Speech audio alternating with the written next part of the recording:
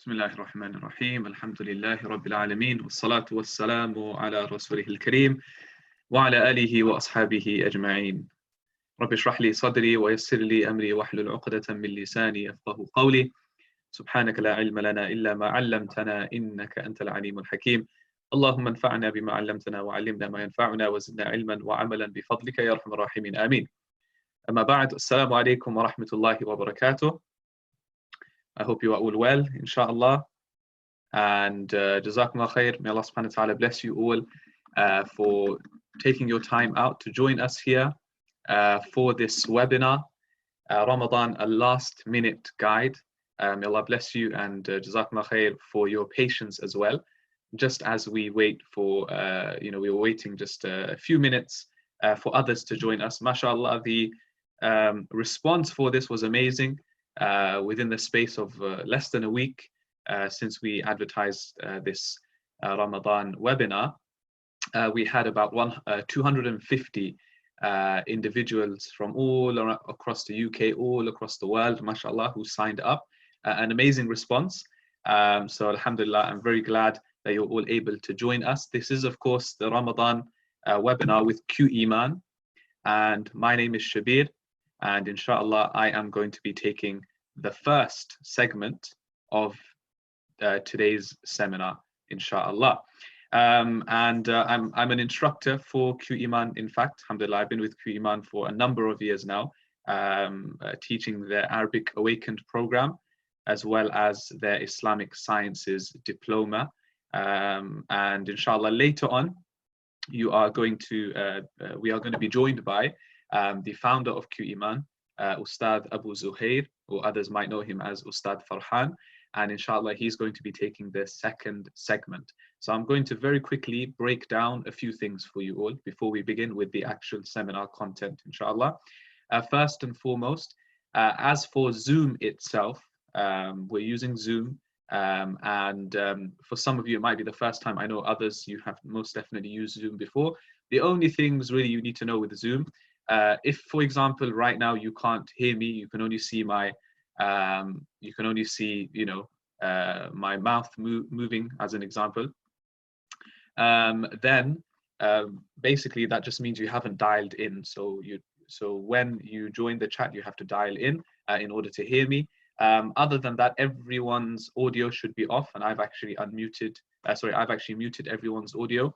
Your videos should not be on. Because this will be, it's unnecessary and it will be distracting for others, because we're going to be focusing on the actual PowerPoint slides, inshallah. Other than that, there is a chat option, as you've seen, as we've already used. So if you do need to communicate, then you can use the chat option to ask any questions. There is going to be a segment for Q&A, by the way. So if you have asked a question and if you have not received a response, or an answer for your question, then please do be patient, inshallah. It might just be that either myself or Ustadh Farhan, we're just waiting until the end to answer your question. So do wait patiently, inshallah. So all you really need is the chat feature. Other than that, there's nothing else really you need to be using. Obviously, I'm going to be sharing the screen. All of you should be able to see my screen right now with the slides. I've got my video on, and that's the only thing you're going to need in terms of Zoom, inshallah. As for the webinar content itself, you're going to be spending the next an hour and a half with myself, inshallah. So the next 1.5 hours we will be spending together, going through all of the spiritual aspects of Ramadan, in terms of the preparation, in terms of Ramadan itself, in terms of the inner dimensions of fasting, of Saum and other acts of worship, and how we can utilize Ramadan, and all of the practical tips to take away from for Ramadan, inshallah. And then as for the next segment with Ustadh Farhan, there's going to be a whole segment on the fiqh of Ramadan, mainly to do with the fiqh of fasting, also touching on things like i'tikaf, and also touching on sadaqatul fitr. So lots of fiqh. Now, I'm just going to warn you beforehand, inshallah, that the next few hours will be quite heavy in terms of the content and in terms of the information that you're going to be receiving. It will be quite intense, but we've managed to keep it within 4 hours. We're going to try our best to stick to the timings and the plan, inshallah, It's been advertised for 2 p.m. to 6 p.m. UK timings. I know some of you are joining us from outside of the UK. So it's about 4 hours, inshallah. You will have a short break in between, so don't worry too much about that. Other than that, inshallah, have the correct intention going forward, that we're all here to, inshallah, learn. We're all here to increase in knowledge. We're all here to take something away. And other than that, enjoy from the comfort of your own homes, inshallah. Anything you need from us, we also have some of the admin team from Q-Iman who are available via the chat again. So whilst I'm busy delivering the webinar, and likewise with Ustadh Farhan, some of our admin team are readily available. If there are any issues with the connection or any questions or anything like that, inshallah, please do let us know, and we'd be more than happy to help you. Okay, inshallah. So we are going to get started. We're coming up to close to, mashallah, close to 100 participants, which is still half of the signups, but perhaps some of them will join a bit later on, inshallah. As for the rest of you, mashallah, you know, you've passed the first test, which is joining us on time. And a lot of, you know, when it comes to spirituality, when it comes to productivity, when it comes to Ramadan itself, a lot of it is to do actually with planning, and it is to do with time management, and it is to do with, you know, being prepared. So the fact that all of you, almost 100 of you, mashallah, are ready and you are on time and you're waiting patiently. Ramadan is the month of patience. In fact, when Allah subhanahu wa ta'ala in the Quran, when he says, Ya ayyuhalladhina amanu ista'inu bis sabri was salah, that, oh believers, seek help through sabr and seek help through salah. Now, if you look at the tafsir of this verse, though sabr we would translate as patience, by the way. Normally you translate sabr as patience. Everyone knows this. And salah is salah, it's the prayer. But when you look at the tafsir of this verse, ista'inu bis sabri was salah, seek help from Allah through sabr and through salah. Actually, a lot of the mufassirin, they say that the interpretation or the meaning of the word sabr in this verse is not sabr generally, is actually saum, fasting. So Allah is actually telling you, seek help with Allah through saum, through fasting, and through prayer, through salah. And why does Allah subhanahu wa ta'ala describe fasting as sabr? Because it's one of the, you know, it's one of those acts of worship which require the most amount of endurance, most amount of patience, and most amount of sabr. Why? Because you are abstaining from food, you're abstaining from drink, you're abstaining from you know, having engaging in a relationship with your spouse. You know, you are restraining yourself from all sorts of temptations and desires. This requires a great deal of sabr. So with that, inshallah, we are now going to begin with the main seminar content, bi'idhnillah, which, like I said, we're going to be discussing the spiritual aspects of Ramadan and fasting and so on, inshallah. Okay, so we are good to go. Bismillahir Rahmanir Rahim. So what we're going to be beginning with, inshallah, is introduction to Ramadan itself, all about Ramadan itself. Okay, the month of Ramadan, the blessed month of Ramadan, which, subhanAllah, is literally just on our doorstep now, only a few days away for us. Okay, we're going to be beginning, inshallah, with an introduction to the blessed month of Ramadan. So a few basic facts, okay, which we're not going to spend too much time on. Ramadan is the 9th month in the Islamic calendar, otherwise known as the Hijri calendar. So we have just preceding the month of Ramadan, we have the month of Sha'ban, okay? Immediately after the month of Ramadan, we have the month of Shawwal. So Sha'ban is the 8th month, Ramadan is the 9th month, and then you have Shawwal, which is the 10th month in the Islamic calendar. The word Ramadan itself in Arabic, by the way, some of the mufassirin, so if you look at Tafsir al-Qurtubi or Tafsir Ibn Kathir, they mention how the word Ramadan comes from the word Ramad. So this is one view, that it comes from the word Ramad. Ramad gives a meaning of heat. It gives a meaning of heat. So why heat? Some say it's because the month of Ramadan normally falls in the months which are hotter. Others, they say no, it's because the fasting person's mouth, it sort of heats up due to the thirst. So, when you haven't had water for a long time, when you haven't had something to drink, and then you feel that in Arabic it's described as some sort of heat in your mouth, this is what the word ramad actually means. Others say no, it comes from the word irmad, and irmad again means heat. And the reason why Ramadan is called Ramadan is because it burns away one's sins through their good deeds. It burns away their sins, and that's where the term Ramadan actually comes from. So no doubt Ramadan is a month of maghfirah. Ramadan is a month of forgiveness, and therefore any good deeds that we do, it's constantly wiping away, constantly expiating, constantly burning, right, our sins and our misdeeds and our wrongdoings. Another fact about Ramadan is that the Torah, the Zabur, the Injil, the Suhuf of Ibrahim alayhi salam, and of course the Quran itself, all of these books, all of these divine scriptures, whether they were, revealed to Ibrahim alayhi salam, or revealed to Musa alayhi salam, revealed to Dawood alayhi salam, revealed to Isa alayhi salam, revealed to our beloved Prophet Muhammad alayhi salatu wassalam, all of these divine scriptures and books were actually revealed in the month of Ramadan. Okay, so subhanAllah, this is there are many authentic narrations to back this up as well.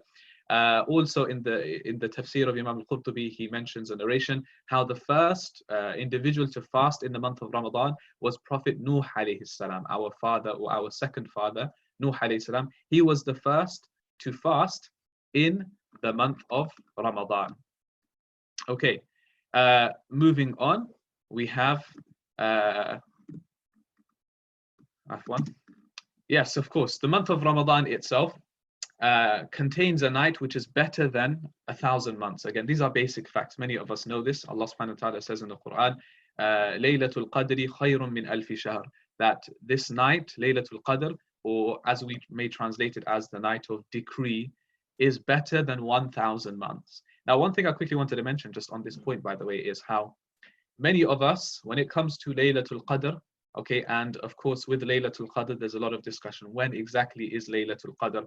Okay, based on the authentic narrations, the prophetic traditions, we know that most likely, or the Prophet, he says, search for Laylatul Qadr in the last 10 nights, especially the odd nights of Ramadan. Those odd nights, search for it. Okay, and we know that this is an extremely blessed night. It's the best night of the entire year. There is no night in the year, in the nights of the year, that is better than this night. Why? Because khayrun min alfi shahr is better than 1,000 months, which automatically makes the month of Ramadan the best of the months of the year. So out of the 12 months, Ramadan is the best. Why? Because it contains the best of nights.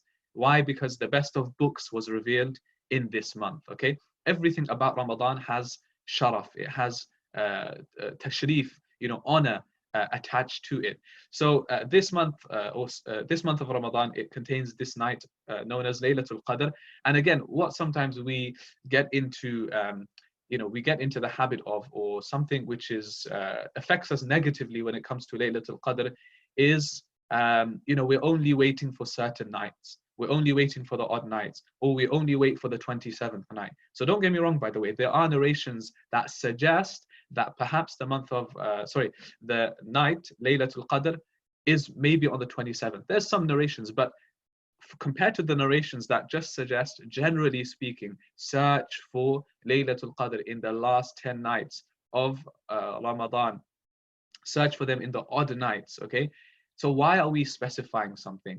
Why are we searching for the 27th every single year? In fact, some scholars even say that it's not specified to one night of the year. It could vary from one night to another night. Every year it could change. Maybe one year it's 27th night, maybe another year it's 21st night. Wallahu a'lam. Ultimately, when you look at what the Salaf, and when you look at what our scholars they have said, they said you shouldn't specify and restrict yourself to one particular night for Laylatul Qadr. In fact, from the wisdom, from the hikmah of us not knowing when Laylatul Qadr is, the hikmah of this is so that it encourages us to worship Allah subhanahu wa ta'ala as much as we can in the last 10 nights. Because if we wait just for the 27th night, as an example, and we miss the 21st night, 22nd, 23rd, 24th, 25th, 26th, we miss the 28th, 29th as well, right? Now, let's say what's going to happen? What's the implications of this? We've missed out on the reward of all of those other nights. Not only this, but it's possible that Laylatul Qadr was actually on one of those nights and not on the 27th. So actually, who's the biggest loser? It ends up being us. So we should not specify, we should not restrict ourselves. Rather, we should, like the hadith says, that when the last 10 nights would enter, our Prophet ﷺ used to become very serious. He used to wake up his family members and he used to worship like he's never worshipped before in the other days and other nights of Ramadan. So this is actually from the Sunnah. The Sunnah is that, of course, throughout the month of Ramadan, we do as much ibadat as we can. We do as much as we can in terms of our personal worship and building our connection with Allah. But no doubt, the last 10 days, the last 10 nights of Ramadan have more virtue over the first 20. Therefore, you double your efforts, you triple your efforts, you go even more, because knowing that the end is near, right, you want to capitalize on the small amount of time that you have remaining with the month of Ramadan. So this is just a brief introduction to the month of Ramadan. Now, Ramadan, it can be split into 4 areas. Can it be split into more? Yes. But I'm just going to focus on these 4 areas. Number 1, we have Ramadan is the month of Sawm. We know this. Ramadan is the month of fasting. Number 2, Ramadan, no doubt, is the month of the Quran. Okay, and these are mentioned in the verse, Ya ayyuhalladhina amanu kutiba alaykumus siyam. So we know siyam, we know Sawm, we know fasting is part of Ramadan, of course, right? We know also that Quran, Shahru Ramadan, alladhi unzila fihi al-Quran, the month of Ramadan, as Allah says in Surah Al-Baqarah, is the month in which the Quran was revealed. And then we have dua, because immediately after these verses about Ramadan and fasting, Allah brings the verse of dua in. So we know Ramadan is actually the best time for dua. And then finally, we have sadaqah. Ramadan is also the month of sadaqah. And these are the 4 main areas that we're going to be discussing, inshallah. Okay, so fasting, Quran, dua, supplicating and praying to Allah, and sadaqah, charity. Now, you might think these are very, very simple things. You know, Sawm, Quran, dua, sadaqah. Well, I do this anyway. You know, I fasted before, I've read some Quran before. But today, we're not just going to be looking at, you know, the basics. Okay, Sawm, fasting, that means staying away from food and drink. No, we're going to look at what it actually means. What is the inner dimension of this act of worship? What is the spirit of this act of worship? What is the objective of these acts of worship? Because we want our Ramadan to be the best Ramadan, right? And we can only do this if we do all of these things and we carry out our obligations and we worship Allah with ihsan. Ihsan means with excellence, to the best of our abilities.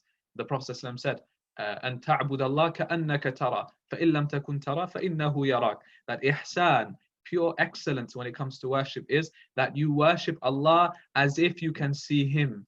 And if you can't attain that level, then at least know that He can see you. This is ihsan, right? That we worship Allah to this level. And this is exactly what we should be aiming for when it comes to fasting, when it comes to our relationship with the Quran, when it comes to making dua to Allah, when it comes to sadaqah and giving in charity. Okay, so what is fasting first and foremost? Okay, this is the most important thing. A few facts, okay, some basic facts. Of course, fasting is a pillar of Islam. It is an obligation in the month of Ramadan. Again, with the fiqh side of things, you're going to be discussing that with Ustadh Farhan. So if you have any fiqh questions, save that for the next segment, inshallah. So Ramadan is a month of fasting. Fasting is a pillar of Islam, as we know, one of the 5 pillars. It's an obligation for everyone, okay? And obviously, there are some people who might not be able to fast with a long-term illness. Again, there are, of course, substitutes for this. In Arabic, it can be known as Sawm, it can be known as Siyam. Both words are found in the Quran. Literally, the word fasting, the word Sawm in Arabic means to abstain from something. Technically, Islamically, in our Sharia, it means abstaining from eating, drinking, and sexual intercourse from dawn to dusk. Okay, so abstaining from food, abstaining from drink, and abstaining from sexual intercourse and relationship with one's spouse from dawn till dusk. So this is the technical meaning or the Shari'i meaning of Siyam, of fasting. And we know the reward. In the famous hadith, Prophet says, "Man sama Ramadana imanan wa ihtisaban ghufira lahu ma taqaddama min dhanbih." In other words, that whoever fasts in the month of Ramadan with full iman, with full faith, and with full anticipation of reward, then Allah subhanahu wa ta'ala will forgive their sins. In other words, their sins will be, all of their previous sins will be forgiven, will be wiped away by Allah subhanahu wa ta'ala. So this is the reward and the virtue of fasting in the month of Ramadan. The next question is, and this is something very, very important, okay? This is something very, very important, which is, what is the objective of fasting? Okay, what is the objective of fasting? The objective of fasting is in the Quran, in verse number 182 of Surah Al-Baqarah. Ya ayyuha alladhina amanu, kutiba alaykum as-siyam, kama kutiba ala alladhina min qablikum, la'allakum tattaqun. O believers, O you who believe, fasting, siyam, has been prescribed for you. In other words, it's been made an obligation upon you, just as it was prescribed and just as it was made obligatory upon those who came before you. لَعَلَّكُمْ تَتَّقُونَ, so you may attain taqwa, consciousness of Allah, mindfulness of Allah. This is the meaning of taqwa. Fasting is, in fact, one of the best displays of taqwa. Do you know why? Because when you're fasting, who really can stop you from eating? Who can stop you from drinking? Many of us, we're going out anyway. Many of us, we're in our rooms. No one can see us, our parents, our spouses, our children, our family members, our friends. You know, sometimes we're by ourselves. What's there to stop us? You know, I've got some water here as an example, okay? And let's say it's the month of Ramadan. Let's say it's the month of Ramadan. Who's going to stop me from drinking this water, right? No one can see me. I can quickly take a sip and I can move on, right? And Bismillah, you know, have some water and no one's going to say anything. What's there to stop me? Taqwa is stopping me. My consciousness, my awareness, my mindfulness of Allah is what's stopping me. That even though no one else is watching me right now, no one else can see me do this, but I know I have to do this for Allah. And Allah has made something which is normally halal, normally permissible. Water, is it permissible or not? Normally it's permissible, right? Having some food. Look, I've got a Twix bar here, a bar of chocolate. This is permissible, halal, no problem. Okay, but the moment that I enter into the state of fasting in the month of Ramadan, these things become haram. This is the true test now, right? When it comes to, again, sexual intercourse with one's spouse, normally it is permissible, but the moment a person enters into the state of fasting, it's now not permissible. What is there to stop people from eating, drinking, right? It's taqwa. So the more that we fast, the more we find that it's actually building our taqwa. Why? Because if we can stop ourselves from something which is permissible, then it will become easier to stop ourselves from things that are already haram and impermissible. Things like lying and cheating and swearing and abusing others and physically harming others and zina and stealing and things like shirk and things like arrogance and jealousy and envy and anger and all of these things which are normally not allowed. It's going to become easier. Do you know why? Because we've built taqwa. Because Ramadan was our training ground for 30 days to stop ourselves from things which were already permissible, but they're not. They're temporarily made impermissible. So outside of Ramadan, we're supposed to carry that through so that we stop ourselves from any type of haram. And that is what taqwa truly is. Does that make sense, everyone? Yeah. This is what builds your taqwa. This is the objective of fasting. So remember this: the first day of Ramadan until the final day, whether that's the 29th day or the 30th day of Ramadan, the full Ramadan, every single day, before you begin fasting, say to yourself that I am fasting today to build my taqwa, to further build my consciousness of Allah. Oh Allah, I'm doing this for your sake. You don't have to say this. You don't have to, utter these words, but think it at least. Think in your mind, in your heart, that, oh Allah, I'm doing this to build my taqwa. There is an objective behind this. It's not just, since I was young, I've been fasting. 10 years later, I'm still fasting. And it's just something that I do. It's just something that people talk about. It's something that the Muslim community does. It's something that my parents told me to do. No, this is not what siyam is. This is not what fasting is. There's a purpose behind it. We don't just do it because we just have to do it. We don't just do it because our family members are doing it. We don't just do it because everyone else is talking about it. No, we do it ourselves, personally, for Allah. Our personal connection with Allah needs to be built. And there has to be a result. At the end of Ramadan, 29, 30 days, the full month. By the end of the month of Ramadan, there has to be what? A result. We have to look back and think, MashaAllah, Alhamdulillah, amazing. My Ramadan was superb. My Ramadan, the quality of my fasting, the quality of my worship, my development, my spiritual development, my connection with Allah, my connection with the Quran, my generosity, my character is so much better than when Ramadan first began. But then we have, on the other hand, people who they begin fasting in Ramadan, they get through, but it's like any other day. Any other day, they wake up, the only difference is they're not eating, they're not drinking. Other than that, they're doing their normal stuff.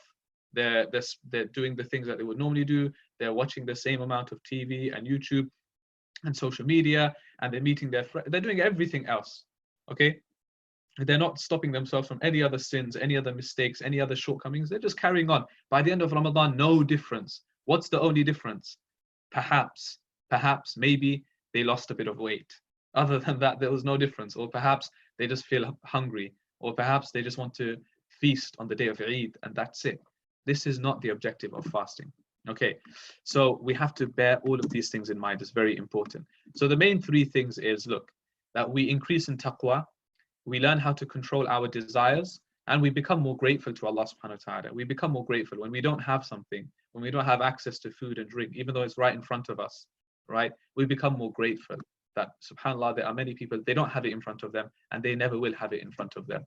Imam Ibn al-Qayyim, rahimahullah, he mentions, the purpose of fasting is that the spirit of man, or the nafs, is released from the clutches of desire.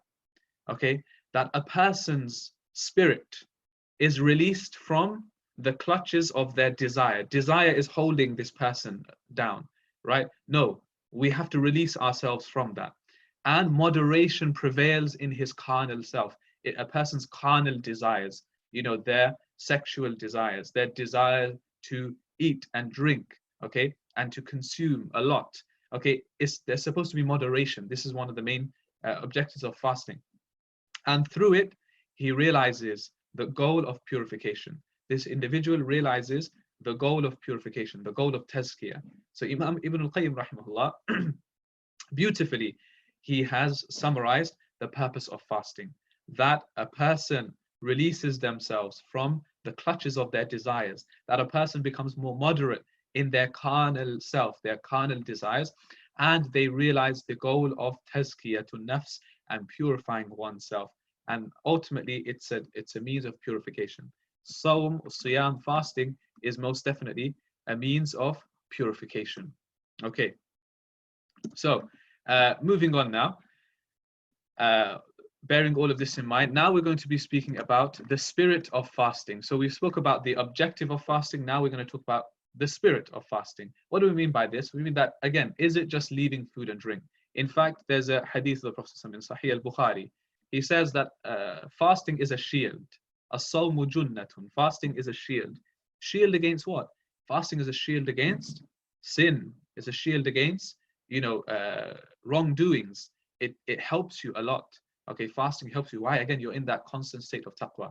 So the person observing the fast should not use obscene language and should not behave foolishly and impudently.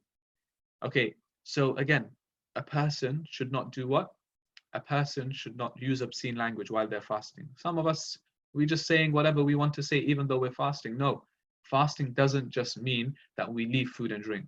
Okay, and the Prophet says, if somebody fights with him or if somebody abuses him, he should tell him twice, I am fasting. He should say, Inni sa'im, I am fasting, I am fasting. If a person starts an argument with you, if a person is, you know, ridiculing you, if a person wants to fight with you, person wants to, you know, is angering you, you say to them, I'm fasting, leave me alone. Why? Because normally, maybe I would have responded. Normally, I would have retaliated. Normally, I would have said something back. But what's the Prophet teaching us? He's doing our tarbiyah. The Prophet is teaching us, listen, you think fasting is just that you're stopping yourself from food and drink. No, it's not. Because if a person argues with you and they abuse you, then you need to take a step back, control yourself, because fasting is all about self-control. He also said, alayhi salatu wasalam, in a hadith in Sahih al-Bukhari, whoever does not give up qawl az-zur, forged speech, and evil actions, Allah is not in need of his leaving of food and drink. This is a very powerful hadith, right? Whoever does not leave these things, like forged speech, like lying, like evil actions, while they're in the state of fasting, of course, then what does the Prophet say? Allah is not in need of their leaving of food and drink. Allah is not in need of them leaving food and drink. Teaching us again what? That do you really think that by the end of Ramadan, just because were able to stop yourself from having food and drink, that is an achievement? It's maybe a small achievement. It's on a lower scale, but the bigger scale or the biggest achievement is if a person stops themselves, controls their tongues, controls their eyes, controls their ears, controls their limbs, controls themselves fully. Okay, not the other way around, where a person has a sharp tongue or a loose tongue, and they say whatever they want to say. A person's eyes wander everywhere. A person's ears listens to whatever they want to listen to. A person's feet or legs take them to wherever they want to take them to. No, we should be in control of our limbs, and this is what fasting actually means. So that's why there's a small list at the bottom, which is, as well as abstaining from food and drink, one should also do the following whilst in the state of fasting. So they should, for example, control their tongue and their thoughts. So controlling the tongue is probably one of the biggest things that a lot of us don't do while we're fasting, right? We're talking, we're gossiping, we're backbiting, we're abusing, we're swearing, we're using obscene language, right? We're doing whatever. No, you have to control your tongue and your thoughts as well. You can't have bad thoughts of people. You can't be fantasizing about things you shouldn't be. You have to control your thoughts, your tongue. This is the part of the spirit of fasting. You may not be the literal meaning of fasting, stay away from food and drink, but this is the spirit of fasting. Clearly, again, there is an objective. Why Allah subhanahu wa ta'ala chose fasting. It could have been anything else. In the month of Ramadan, Allah could have said, 30 days, I want you to, pray Salatul Tarawih. That is an obligation for you. And you don't need to fast during the day, but you just need to focus on that. No, Salatul Tarawih is not an obligation. Okay, it's not an obligation. So it could have been something else. It could have been, okay, every single day, it's an obligation. You have to give X amount in charity. Allah didn't say that. It's not an obligation to give charity in the month of Ramadan. Okay, Allah could have said anything else, right? Every single day you have to feed one orphan, one child, one poor person. No, He didn't say that. It's not an obligation. What is an obligation? Fasting every single day in Ramadan. The other things are good. The other things are recommended. Okay, but they're not an obligation. Why did Allah choose fasting? It's for this reason: controlling oneself, right? Refraining from idle talk, wasting time. Let me tell you something that a lot of people do, and this is really sad. And I know we joke about it. But this is not the way forward, right? If you want to have a productive Ramadan, if you want to have a Ramadan that's meaningful, do not do the following. Okay, a lot of people, this is what they do. They say, look, I'm at home today anyway. It's the weekend, or I'm working from home, whatever it might be. And you know what? I'm fasting, and it's difficult. It's difficult. Normally, I can eat lunch, I can have tea, I can have coffee, I can have snacks. I can't do that now. So in order to help me refrain from it, or in order to help me get through the day, what I'm going to do is I'm just going to sleep for the whole day. So I'm going to wake up at 2 o'clock in the afternoon, 3 o'clock in the afternoon, 4 o'clock, no problem. Why? Because I don't have anything to do. And in fact, if I wake up at 3 o'clock, 4 o'clock, and iftar is at 8 o'clock, then technically I'm only fasting for 4 hours. SubhanAllah, do you see this? People have done this, right? I know people that say this stuff like this. Okay, this is completely wrong. It goes against the spirit of fasting, against the objective. It's not about making, not feeling it. You're supposed to feel it. You're supposed to feel if you're not feeling hungry, if you're not feeling thirsty, okay, obviously everyone's different. Not everyone's going to be starving by the end of the day. Some people might be, some people not. But I'm saying if you're not feeling some mashaqqa, some level of difficulty, something, right? What's the point fasting then? There's no point. Just don't fast then, right? No, this is not the spirit. Now, we're not saying this person's fasting is not going to be accepted. That's a different question. That's a fifth question. It may well be accepted, right? But we're not talking about whether it's valid or not. If you keep thinking like this, by the way, it's the worst way of thinking. Oh no, but my fasting is valid though. It's not invalid, is it? It'd still be accepted by Allah. If you're thinking like what's valid, what's invalid, you're never going to get anywhere. You can't just think about fiqh all the time. You have to think about tazkiyah as well. You have to think about the spiritual aspect as well. What's the point if it's valid? Who cares if it's valid at the end? Look what the hadith says. Allah is not in need of your leaving of food and drink. He's not in need of it. He might accept it. What does that mean? Just from a legal, from a fiqhi level, all that means is the obligation, the fulfillment has been done. The obligation is lifted, meaning you don't need to do qada. You don't need to fast again. You don't need to make up that fast. That's it. But as for the quality of it, as for the quality of that fast, Allah is not in need of it. He's not even interested. He's not even interested, right? It's like, for example, you buy me a book, right? I'm giving just a different example, right? Let's say you buy me a book, okay? A book like this, let's say, okay? Now, you buy me this book, and let's say when you give it to me, right? And I open the book, and let's say it's missing pages. The book is missing pages, right? And let's say, some of the pages are ripped out, the front cover is torn, the book is falling apart, as an example, yeah? And the whole thing is you can't even read it, you can't do anything with this book. There's no point, right? But if you say to me, but Shabbir, I still gave you something though, didn't I? I still gave you a book, right? It's the thought that counts, isn't it? I'd say to you, okay, fair enough, maybe, perhaps, you did give me something. Okay, maybe the thought does count. It's better than not maybe giving anything at all. But this, to me right now, this book that you've given me, I don't need it. I don't want it. I'll take it, but I'm not interested in it. We are presenting our fasting to Allah. We are presenting it to Allah. How do you want to present it? Do you want to present it like that book, which is in tatters, which is falling apart, which is missing pages? Or do you want to present it a fresh, clean book, has that smell, of a fresh book, still in its packaging, and the person who gets it is so happy to receive it? Do you not want your fasting to be like that, the latter, not the former? This is how we should think of it. Not, oh, it's valid, it's not valid. Oh, this is sahih, or it's batil. This is not how we should think. Think about the quality. Think about the spirit. Think about, the true, the true spirit of your action. This is the most important, okay? Other things when it comes to fasting that we should keep in mind: engage in as much worship as possible. If you're just sleeping throughout the day, you've missed out on reciting Quran, you've missed out on, seeking knowledge, you've missed out on, the barakah, the blessings of this month. You're never going to get this month again. If you sleep through the month, if you waste time and you don't do anything, you tell me, what's the point? What was the point? Ramadan just went. Ramadan came and it went, okay? And subhanAllah, you missed out completely on all of it. Okay, so not sure what's happened here. So coming back to what we're saying, right? That Ramadan, when it comes to fasting in the month of Ramadan, which is the main act of worship, this is exactly what we should be keeping in mind. Okay, the spirit of our actions, the spirit of fasting before anything else. Okay, okay. Thank Allah for all His blessings. Make plenty of dua. And all of these things, okay? This is what we should be doing whilst we're fasting. Okay, everyone, inshallah. We're going to move on now.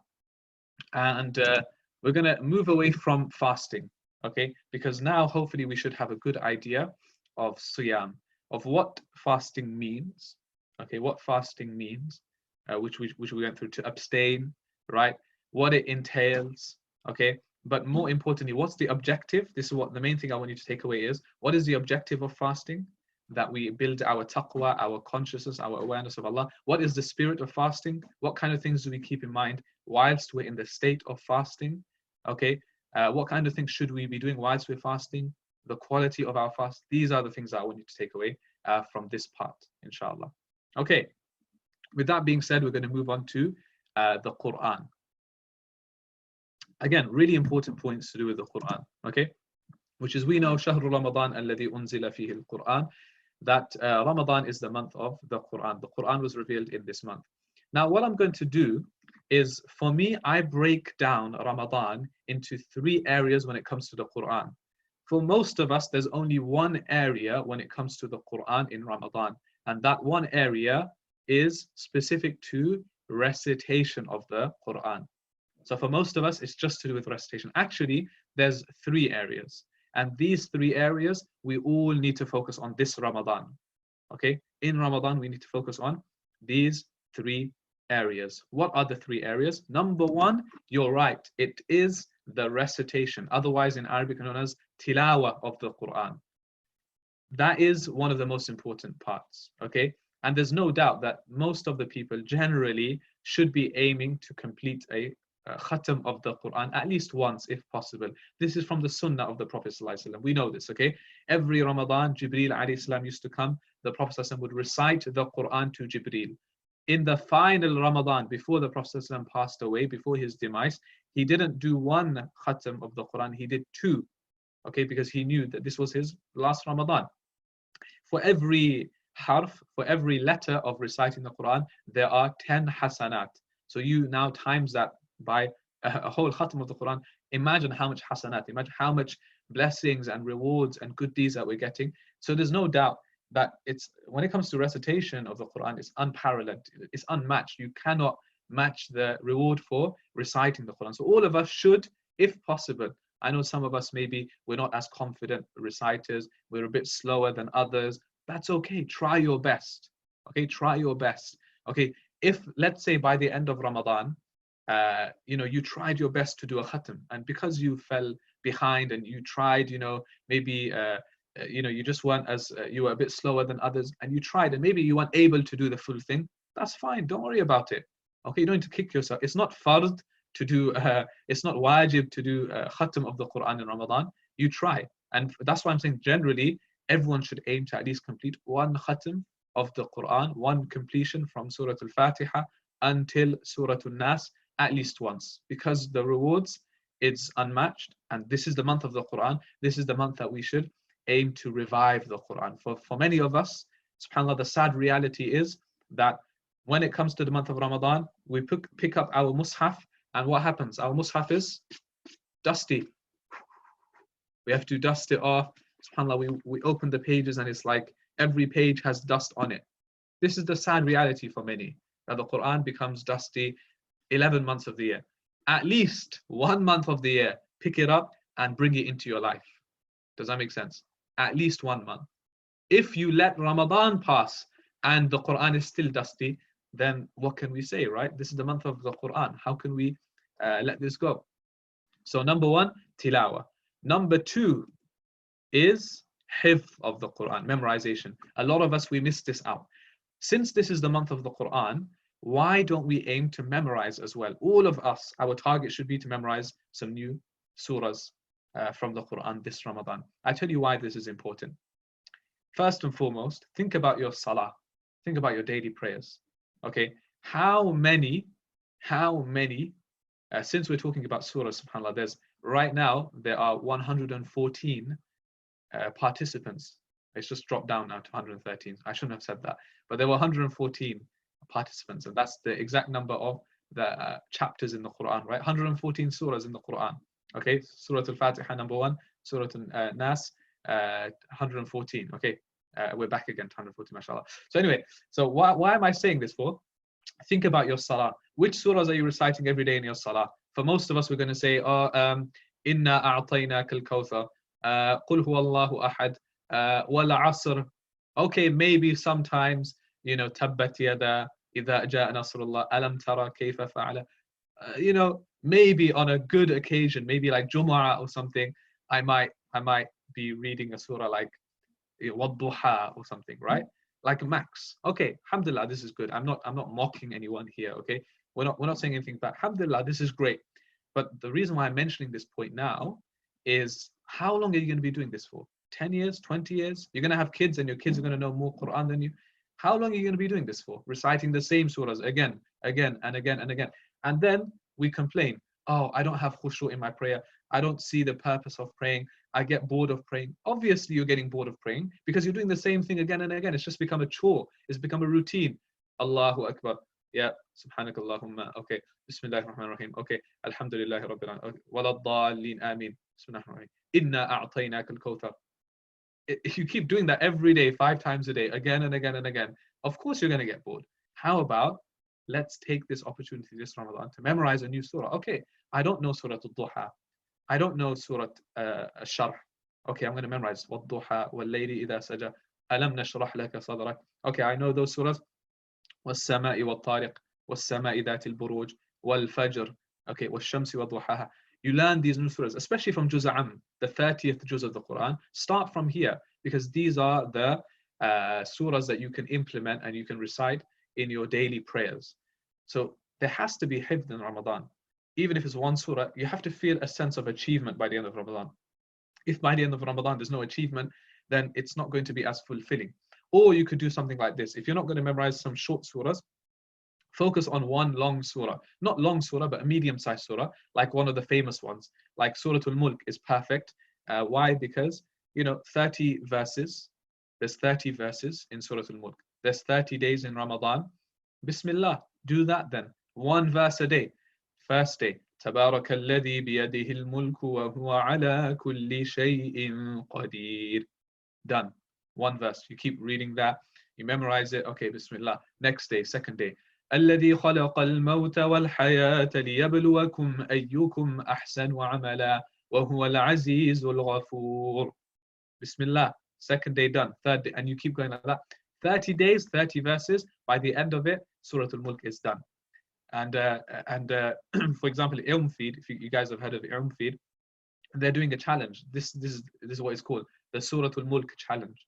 You can join them on the challenge. They're going to help you every day memorize one verse from Surah Al-Mulk. By the end of the month, you memorize the whole thing. MashaAllah, brilliant, great initiative.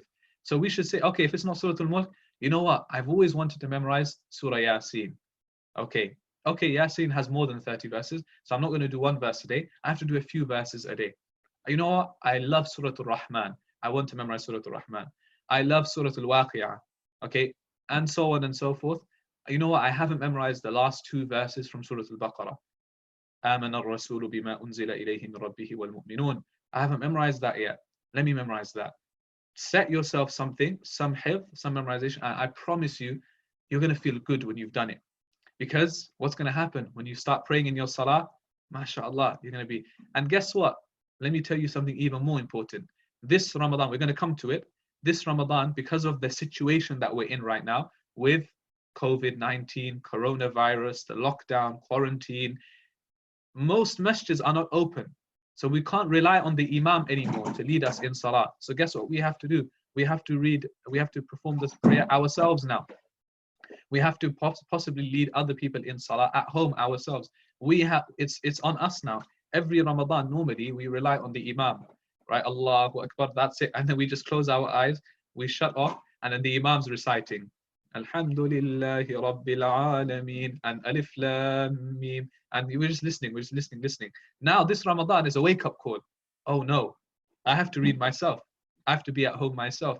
And I have to pray myself. I have to lead others in prayer. What am I going to read? Inna a'tainaka al-kawthar? No, come on. Let's build it from now. Let's memorize more. Trust me, it's going to feel good, inshallah. It's going to feel very good. So the first 2 so far is recitation, okay, and recitation and memorization. Okay, some of you are asking some questions already. Inshallah, we'll come to some of those questions. For example, some of you are asking, does revising over things that you've already memorized, does it count? Yeah, of course. This is still part of tilawah of the Quran. Revision is just as important as memorization, by the way. Revision is just as important. You have to revise over the Quran. This is also part of memorization. For example, can we read the Quran in translation instead of Arabic? This is a fiqh question. Okay, I leave it to Ustadh Farhan to answer in more detail, but generally no. When it comes to salah, we have to recite in Arabic. Okay, even if it means that we're limited, it's better to read Inna a'tayna and Qul huwallahu ahad than to read in English. Why? Because English is not kalam of Allah. The Quran in Arabic is kalamullah azza wa jal. Ya alif lam mim, dhalika al-kitabu la rayba fi. This is kalamullah. English is just a interpretive translation. It's a human effort. It's not the word of God anymore. So we have to read the word of God. But we're going to come to this next part here. After recitation and memorization, the next part is contemplation. So the first one was recitation tilawah. Second one, memorization hifz. And the third one, contemplation, tadabbur. Allah says in the Quran, أَفَلَا يَتَدَبَّرُونَ الْقُرْآنَ أَمْ عَلَى قُلُوبٍ أَقْفَالُهَا.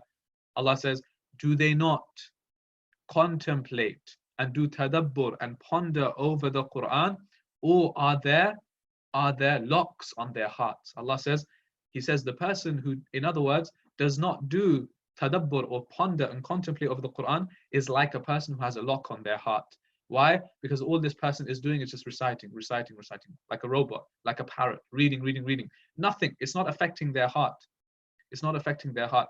Allah says in the Quran, وَإِذَا تُلِيَتْ عَلَيْهِمْ آيَاتُهُ, that when the verses of the Quran are revealed to the believers, what happens to them? زَادَتْهُمْ إِيمَانًا, their iman increases when they hear the Quran. How do we get to that level? We do tadabbur over the Quran. So we should aim that in Ramadan, every day or every other day, I'm going to take some time out and I'm going to ponder over a set of verses. How can I ponder? Tadabbur is open to everyone.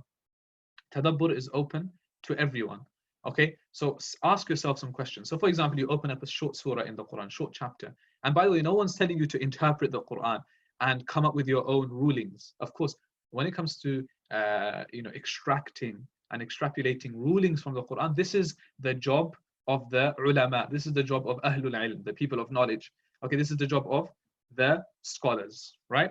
But when it comes to general verses, being good to your neighbors, being kind to others, giving in charity, praying, doing istighfar, seeking forgiveness, forgiving others, right? Protecting yourself from shaitan, right? Giving back to your community, respecting your parents, right? Being patient, being grateful to Allah. These are general lessons. All of us, we know about these. So we can take lessons. So we ask ourselves some questions. For example, as it's been listed, what is Allah trying to tell me in this verse? What is it? قُلْ هُوَ اللَّهُ أَحَدٌ. Say, He is Allah, Ahad, He is one. You could sit there and ponder over that. What is Allah telling me in this verse? SubhanAllah, Allah is telling me He is one. That means He has no partner, He has no son, He has no wife, He has no helper, nothing. Allah is one. Tawheed, you start thinking about Tawheed now. You start thinking, how powerful is Allah? He's by Himself. He was able to create the heavens and the earth. Then you start looking around you and you think, wow, subhanAllah, look at the sky. Look at the clear blue sky today. Look at the trees. Look at the mountains. Look at the animals, right? Look at the smallest animal. You can see an ant maybe walking. You can maybe see a fly. You see a bumblebee. But then you start seeing bigger animals. You start seeing horses, camels. You see elephant. You think, wow, subhanAllah, Allah created all of this Himself. All of these different creation, and He is by Himself. He is one. He is Ahad. Look at this, you're contemplating. It's building your love for Allah. What can I learn from this verse? Another question you can ask. So for example, you read a verse about, for example, إِذَا جَاءَ نَصْرُ اللَّهِ وَالْفَتْحِ وَرَأَيْتَ النَّاسَ يَدْخُلُونَ فِي دِينِ اللَّهِ أَفْوَاجًا فَسَبِّحْ بِحَمْدِ رَبِّكَ وَاسْتَغْفِرْ. Allah says, praise Allah, do tasbih, وَاسْتَغْفِرْ, and seek forgiveness from Him. What can I learn from this verse? How can I apply this verse? I need to do more istighfar. Is there a practical point I can take away? Yes, I need to praise Allah more. I need to say Subhanallah, Alhamdulillah. I need to say La ilaha illallah. I need to say Astaghfirullah more. I need to seek forgiveness from Allah more. Wow, Allah said, Huwa al-Ghafur rahim. Allah is al-Ghafur. He is the one who forgives. He is al-Rahim. He is the all-merciful. You can ponder over that and you can think about these great qualities and attributes of Allah. SubhanAllah, Allah forgives. Think about all your sins now.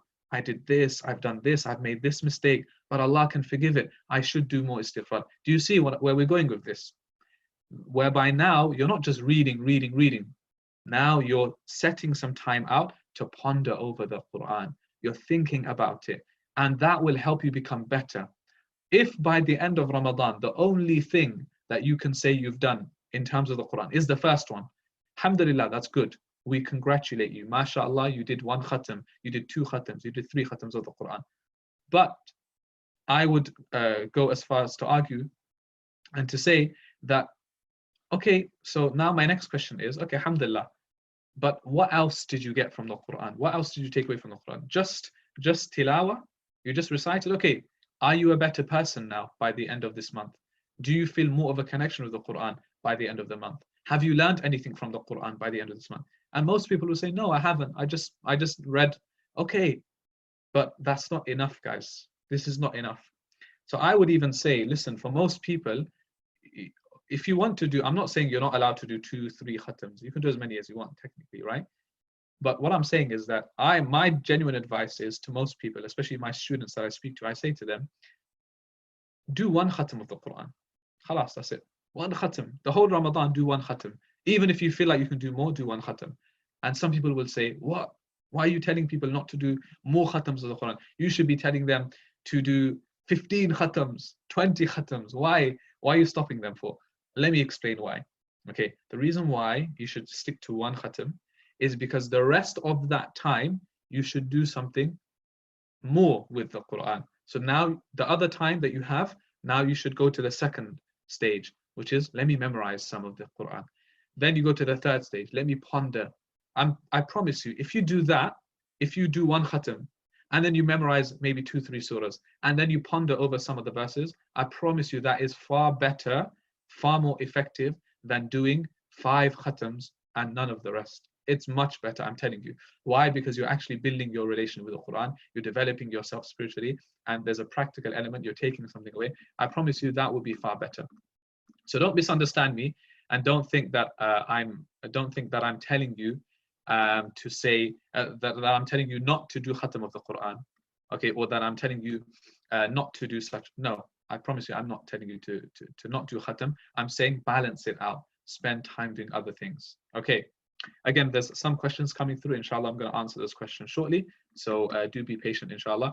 So this is to do with the Quran, everyone. Okay. Hopefully that's all clear, inshallah. Okay. Hopefully everyone's feeling okay so far. I know there's been a lot of information already, but we're going to keep going.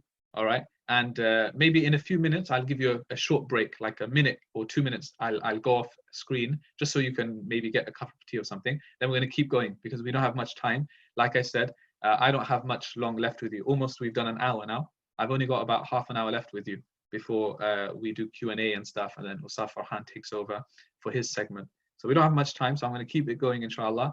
But any other questions, we'll probably answer in the Q&A. Other than that, I'm going to keep going, inshallah. Okay, I'll give you a 2-minute break very shortly, just to freshen up. Okay, so this is everything to do with the month of the Quran. Okay, our relationship with Al-Quran. Now we have, also remember we mentioned that Ramadan is a month of fasting, it's a month of Quran, but it's also a month of dua. And why is it the month of dua? Why is it so important? Numerous things I can mention. Firstly, like we said, in Surah Al-Baqarah, verses 182, 183, when Allah speaks about fasting, when He speaks about the Quran, immediately after these verses, He brings the verse of وَإِذَا سَأَلَكَ عِبَادِي عَنِّي فَإِنِّي قَرِيبٌ. He brings this verse, amazing, one of my favorite verses in the whole Quran, which is, the translation is that when one of my servants, Allah says, one of my servants, when they ask you, O Muhammad, he's talking to the Prophet, when they ask you about me, regarding me, فَإِنِّي قَرِيبٌ, I am close to them. Allah says, I am near, I am close.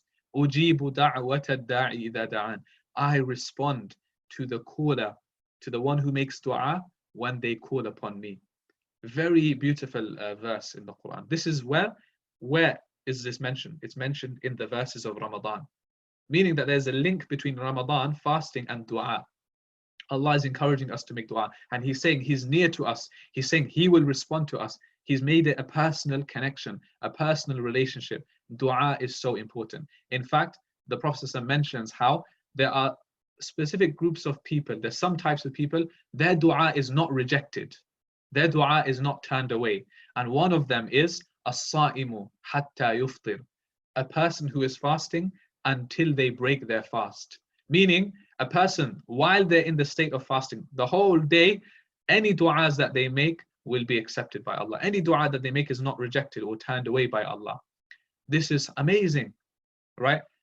One of the most blessed times to make dua is at the time of iftar. You know, just at that time of iftar, you know, a few minutes are left. What do we normally do when there's a few minutes left for iftar? What do we normally do? This is what we normally do. We get our watches out. We're looking, okay, iftar today is at 8, let's just say as an example, it's at 8:20, and when it's 8:16, when it's 8:15, 8:16, you're looking at your watch. SubhanAllah, 3 minutes to go, 4 minutes to go, 2 minutes to go. You're just counting down. Okay, others are, they have their water in front of them and they're looking at it. They just keep looking at the water and they're just waiting for the time of iftar. Allahu Akbar, Allahu Akbar. As soon as the adhan goes, they quickly start drinking, eat everything that they can, right? So at this time, which is one of the most difficult times, where everyone is so, it's like the hardest part. It's like the hardest time. The time of iftar is coming and you're just waiting to devour the samosa. You're waiting to take that kebab. You're waiting to drink the juice. You're waiting for those juicy ajwa, majul, dates, right? You're waiting for it. No. The food will come, inshallah. Iftar time will come. And by the way, when it comes to the time of iftar, you're not supposed to delay. You're supposed to hasten. As soon as the adhan goes, you don't wait until the adhan is done and then you pray your salah. No. You break your fast straight away. Right? This is in hadith. Prophet says, you break your fast straight away. Quickly. Adhan's gone. Drink water. Have some dates. Quickly. You don't delay. You don't become more pious than the Prophet ﷺ. You don't become more pious than the companions. They used to hasten their iftar. So we're not saying you delay. What I'm saying is that time of iftar, just before, the Prophet ﷺ said, is a time of acceptance. Every day in Ramadan, you're going to have an opportunity for acceptance, for ijabah, every single day. So why would you miss that opportunity for? Another time of acceptance, by the way, is the time of suhoor. I know there's a whole argument. Everyone on social media, everyone argues. What do you call it? Is it suhoor? Is it sahur? Is it sahri? Is it fotabala? The Bengalis come in with their one. What is it? Forget about that. Why are you guys wasting your time for? Forget what it's called. Let me tell you the most important detail about this. The important detail is that it's a blessed time. Allah mentions it in the Quran. He doesn't, and guess what? When Allah talks about it in the Quran, He doesn't say suhoor, He doesn't say sahur, He doesn't say sahri, He doesn't say fotabala. Guess what? It's none of them. Allah says ashar. It's a completely different one. It's from the same root letters. Sahara. Yeah, suhoor, sahur, sahri.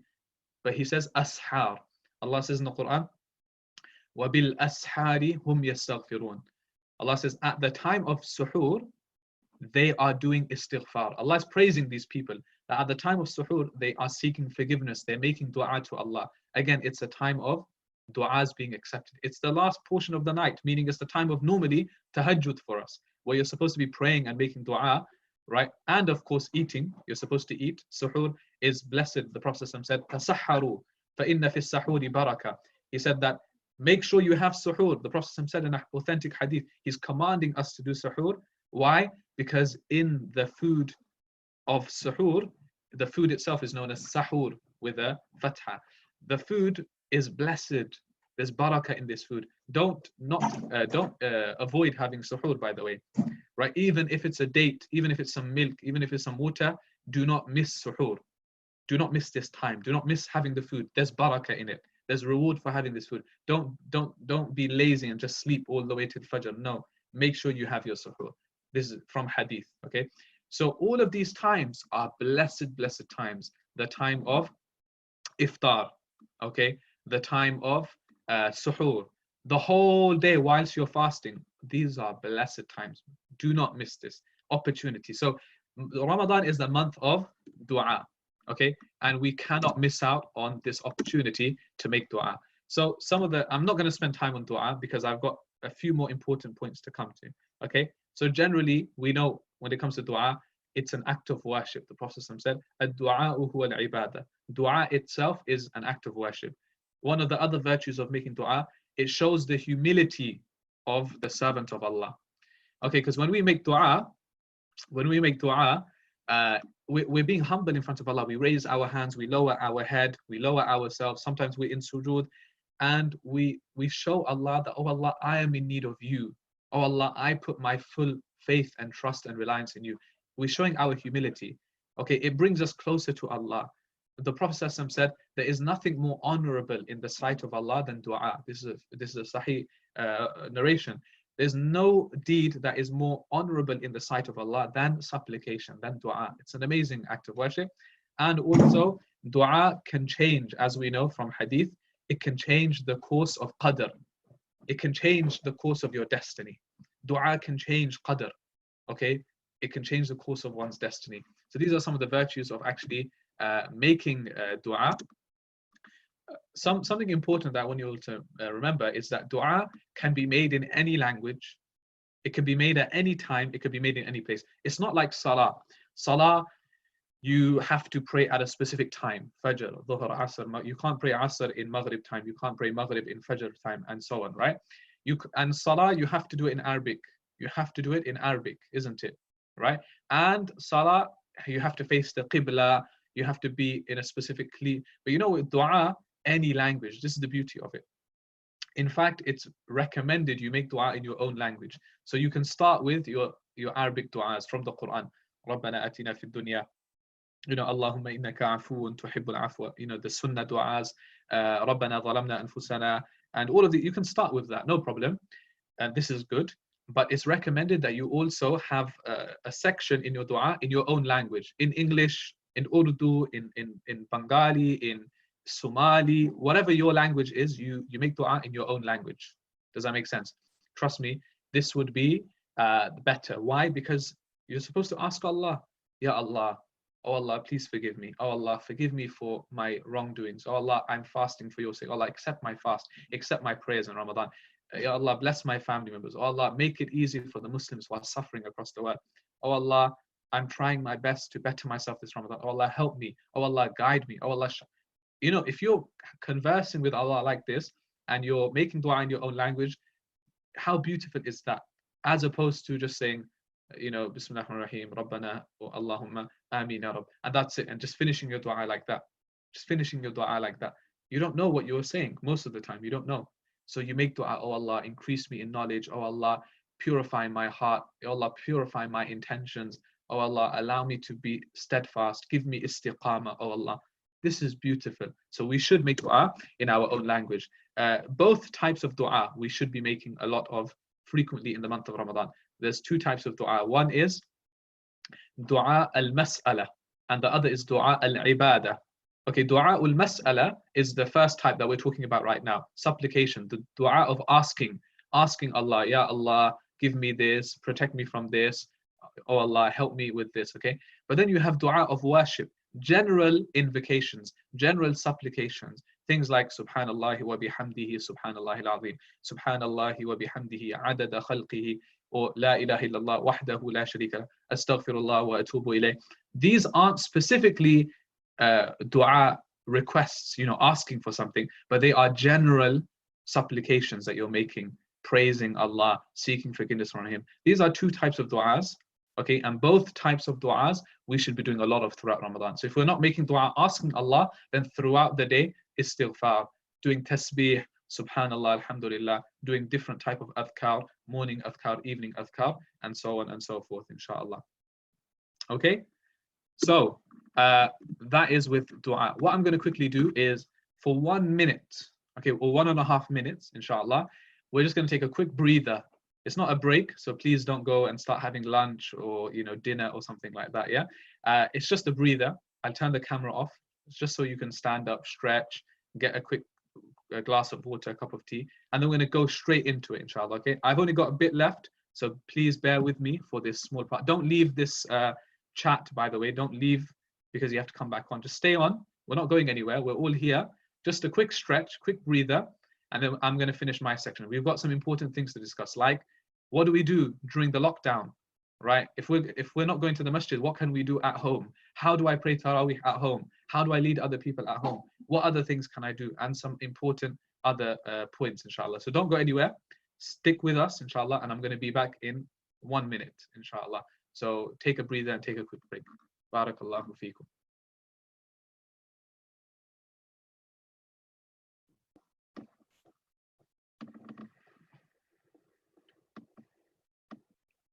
Okay, Bismillahir Rahmanir Rahim. Hope you all had a good quick breather and stretch, inshallah. And we are going to get back into it. inshallah. So not long left with me. Okay, so you don't need to put up with my voice for too long. We are going to hand it over soon, but I still have some really important points to get through in the meantime, inshallah ta'ala. Okay, so hope you're all enjoying and benefiting so far. Bismillahir Rahmanir Rahim. Okay, so to continue, we've spoken about how Ramadan is not only the month of fasting, but it's also a month of Quran. It's also a month of dua. The final one that we're going to quickly discuss is how Ramadan is also the month of sadaqah. Ramadan is a month of sadaqah. It's a month of being charitable. The Prophet ﷺ, as we know from hadith, he was the most generous of people, but he used to be even more so during the month of Ramadan. So the Prophet ﷺ used to be even more generous in the month of Ramadan. And some descriptions in the narration say, he used to be more generous than a fast wind. So it's like a fast wind that comes your way. And what does wind do? It leaves rain, it leaves benefit. Remember, rain is a blessing. When the wind comes, it brings rain with it. It showers the crops. The crops are able to grow. In that sense, understand that example, that like a fast wind, the Prophet would just give. He was generous and he would spread goodness wherever he went. And this is something we should aim to do, that in Ramadan, that we should aim to build this quality of generosity and servitude and serving others and khidmah and being good towards others and being charitable. This is why a lot of people, though it's not a necessity, by the way, a lot of people wait until Ramadan to give their zakat. Okay, zakat is not specific to Ramadan. Some people, they've just made Ramadan their anniversary date, meaning every single year in Ramadan they give their zakat, just to make it easier to remember. Okay, that's fine. But zakat is not specific to Ramadan. That's just understand that. Okay, zakat, every person's anniversary for zakat is different. Okay, it's from the day that you hit your the nisab level.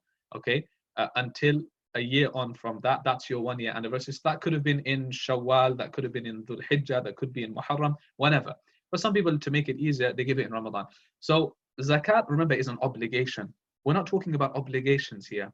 Zakat, sadaqatul fitr is obligations. We're talking about your own sadaqah, your own charity. This is different to obligations. Why? Because this is nafil, this is tatawwu'. This is an additional act of worship that you're doing for Allah that you don't have to do, but you're doing it, again, to benefit from the blessings of Ramadan. And as we know, some people might argue, well, I'm still a student. I have debts myself. I have loans myself. I'm a young working professional. I don't have much money. I don't earn that much money. I have a family to feed. How do you expect me to give so much sadaqah? Well, take this hadith of the Prophet that khayrul a'mal adwamuha. Khayrul a'mali ila Allah adwamuha wa in qalla. Aw kama qala alayhi salatu wassalam. That the best of deeds to Allah are those that are the consistent ones, even if they are small. This hadith should give all of us hope.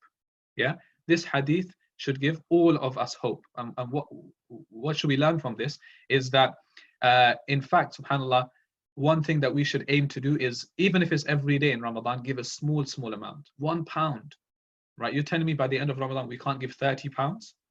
Even that, minimum, give £30, £1 a day. So what happens? What's the benefit of doing this? Instead of giving £30 on one specific day, all of it in one go, what's good about giving regular amounts, right? Is this, that every day in Ramadan, you get to benefit from the blessings of Ramadan. So it could be that, you know, that one night you gave what happened to be Laylatul Qadr. So now your sadaqah is times by however much, right? It's the rewards are multiplied. So by doing that, every day you're benefiting from the blessings, the barakah of Ramadan. So this is really good. Regular giving, right? So you can give a small amount every single day. This is really good, by the way. There's this link here, which is via Launch Good. So if you had a Launch Good, it's like a platform like Just Giving, okay? And why am I sharing this link with you? The reason why it's really good is because if you click on this link, then all you have to do, what it lets you do is it lets you automatically, right? It lets you automate your donations. So every day you choose the amount, £1, £3, £5, £10. You can choose whatever amount you want, right? And every day automatically it will give to different charities. It's not one charity, to different causes and different charities. Okay, so if you literally follow this link, launchgood.com/faith Ramadan, And you can automate it. You can set £1 a day, and Launch Good itself will give all of these donations every day throughout. So it's automatically done. So this, why I'm saying this is very easy today because of technology and because of social media. Alhamdulillah, it's very easy to give. And we shouldn't just give to one cause or charity either, by the way. We should try and spread it out. So for example, yes, we should give to any, campaigns to do with Syria or Burma or Palestine. Yeah, brilliant. And maybe sometimes you should get involved in different things as well. So for example, if there's a masjid that needs to be built, think about that. Okay, this masjid needs to be built. Let me give something towards the masjid, right? Oh, there is an Islamic institute. There is an educational institute. There's a school. There's a madrasa that needs help. Let me donate towards this as well. There is an orphanage in Bangladesh. Let me donate towards this as well. Oh, subhanAllah, in Somalia, they need water wells. Let me donate something towards this, right? And what are you doing now? You're now basically opening up the doors of your charity. You're broadening it. And what that will also do is you just never know, subhanAllah, one of those causes that you give to, you don't know what it might become in 10 years or 50 years or 100 years after you die. You just never know. For example, if you've given to just one cause, there's only one, stream of reward, right? It's a good stream, but it's only one stream. But the moment you give to all of these different causes, even if it's £1 each, even if it's £1, right? Then now you've got different streams of reward, so that you just never know. Maybe from that madrasa that you donated to, there's one student that becomes the next Abu Hanifa, the next Imam al-Bukhari, the next Imam Malik. You never know. And that person might do so much. Or that one orphanage you gave it to, that one child grows up and he becomes Hafid of the Quran, and you get all of the reward of the Quran. Or that one, water well you gave to, or that one masjid, has now 10,000 people that pray in that masjid. You just never know, right? So you should think long term with your charity. Don't just think, small things. Okay, let me just quickly give some money here, or the quickest thing I can get rid of my money. No, think about it. Think smart, right? Don't just think quick. Yeah, think smart. So I would recommend you all follow this link, and from now set your automated donations, inshallah, and that way every day automatic. You don't need to think about it. Every day it's being done for you, inshallah. So this is one good way when it comes to this. Is just a practical tip. Another way is fundraising. So if there's something that you're very passionate about, right? If there's a cause that you're very passionate about, so I don't know, it could be it could be anything. So there might be a charity or a cause, a fund, okay, a masjid, an organization, right? An initiative, right? Why don't you this Ramadan say to yourself, I'm going to try and fundraise for this. I'm going to try and fundraise for them. So I'm going to set myself a target of £500, £200, and I'm going to go to my friends and family, and I'm going to fundraise for them. This is also very beautiful. Why? Because not only are you getting involved, actively in something, but you're also involving your family and your friends, and you're reaching out to them, and you're spreading the khair, you're spreading good. So fundraising is also great if you commit to a cause. Again, you can message me. There's loads of causes if you want specific details. There's one cause even this Ramadan that I'm trying to get involved in, is I'm trying to build a school through a charity in Bangladesh, trying to build a school and a masjid in Bangladesh, right? It costs about £40,000, which isn't much, by the way, to build a whole school and a huge masjid. £40,000 is not much, right? So that's a target. So something like this, try and get involved in, get other people involved. Okay, I can't do it myself. Why don't you raise £500? Why don't you raise £200 and get together like that, inshallah. Volunteering as well is great. So if you volunteer for a charity, even if it's the smallest thing, like, okay, I'm going to share the Facebook post. I'm going to raise awareness. I'm going to help out. I'm going to distribute some food. Volunteering is also very noble. So don't just think of sadaqah as I take a coin and I put it into the bucket, or I take my credit card or my debit card and I donate something, and that's sadaqah. Sadaqah is regular giving. Sadaqah is fundraising. Sadaqah is volunteering. Sadaqah is helping other people. It's just helping people, right? This is what sadaqah also is. So it could just be, do you need some water to break your fast with? Here, let me pour the water for you. Here, let me serve you. That's sadaqah as well. So don't just think of sadaqah as just giving. All of these things actually constitute sadaqah, and we should, try our best to give as much sadaqah as we can throughout the month of Ramadan. Okay, now the next thing that we're going to come to is specifically, and this is more of a specific issue for us this Ramadan. This Ramadan is going to be interesting. Why? Because like I said, it's the first Ramadan potentially, in our lifetimes, and it could be the only Ramadan in our lifetime, in which the masjids are going to be closed. Vast majority of masjids in and around the UK and across the world will be closed. They're going to be shut. So imagine no Taraweeh prayer this Ramadan, no iftar gatherings this Ramadan, and no talks and charity events, and no seminars and stuff like that. SubhanAllah, we have to spend time at home. Why? It's sad, it's unfortunate, but it's for our own health, it's for our own safety, right? Whereby the advice is from medical experts and professionals, from the ulama, stay at home, you can't go out, right? From the government, etc., the guidelines that you have to stay. So this could be a very interesting Ramadan. Now, for a lot of us, this might be quite sad, and it is sad. For me, even thinking about it is a very sad feeling. SubhanAllah, I can't go to the masjid in Ramadan. I can't be in a gathering this Ramadan. I can't even maybe go and meet my friends and family in Ramadan, right? Because it's just not safe. So it's very sad. But we have to look at the positives. As Muslims, we're not people that just sit there and feel sorry for ourselves and just, remember, Ramadan is Ramadan. Ramadan has not changed. Ramadan is there. The rewards of Ramadan is not gone. Allah is not going to diminish or decrease your rewards. Ramadan is still there. It's up to us to capitalize on whatever we have of Ramadan. Does that make sense? And trust me, there are many things that we can do. And we're going to come to some of the benefits of Ramadan under lockdown, or Ramadan in seclusion. Okay, one very important thing, which is how, when it comes to prayers, we're not going to be praying Taraweeh. So I've just made this quick diagram for you all, which is Ramadan in seclusion.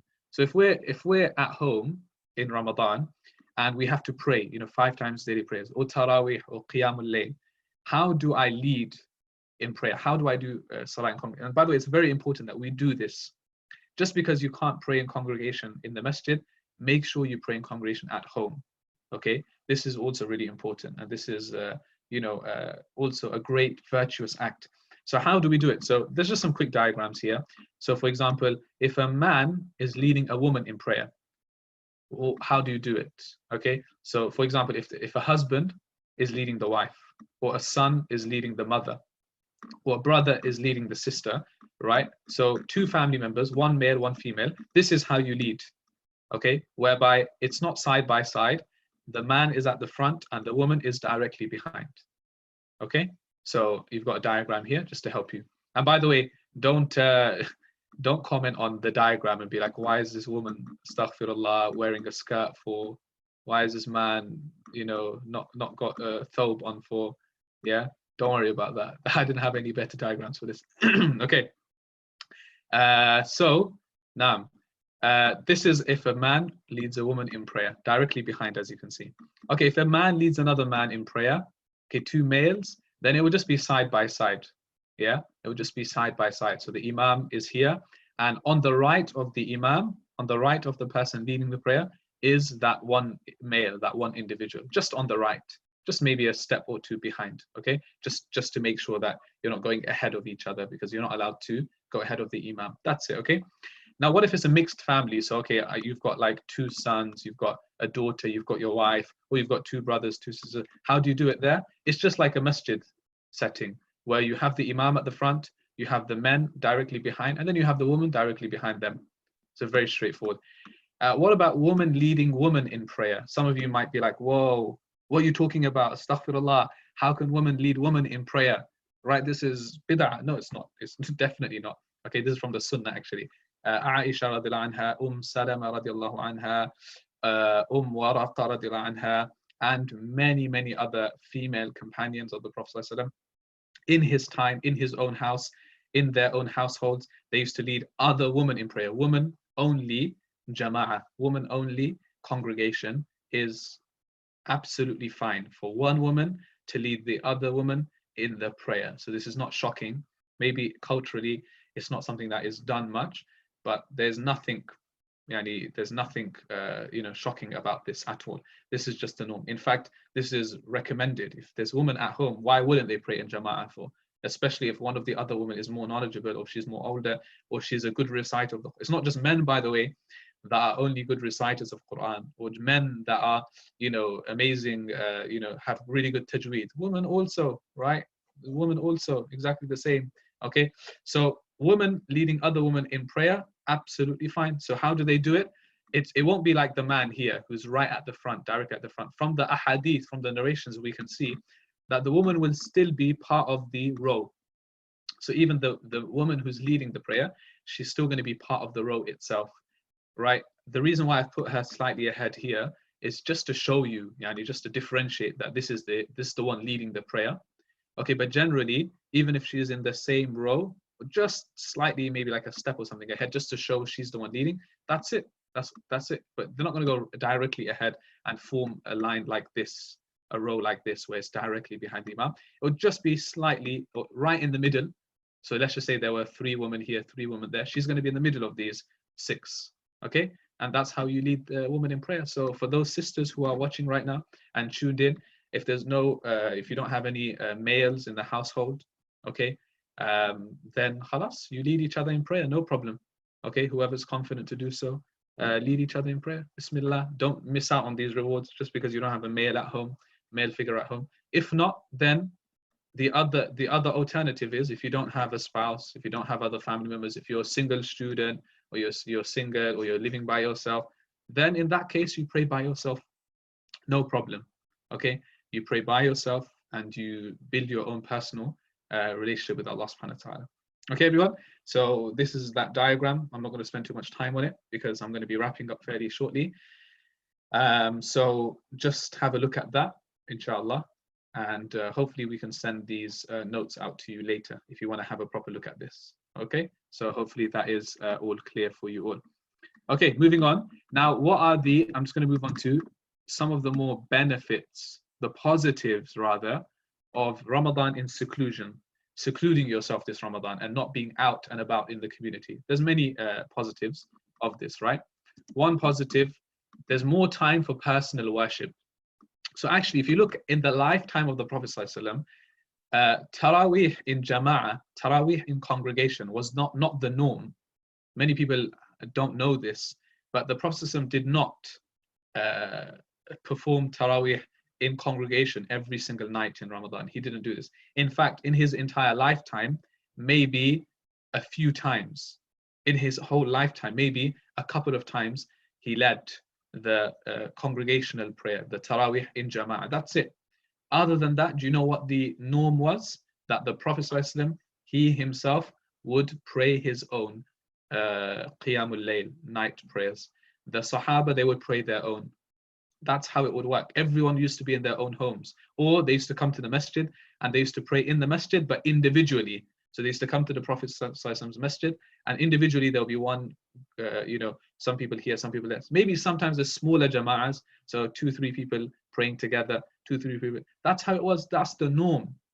Okay, it was in the time of Umar radiallahu anh, whereby he brought the ummah together because he saw now more and more people, more and more Muslims in his time, right? Islam had spread to different lands. He wanted to bring the community together, and this was the sunnah that was followed by all of the companions. Agreed with this, and this sunnah was continued up until today.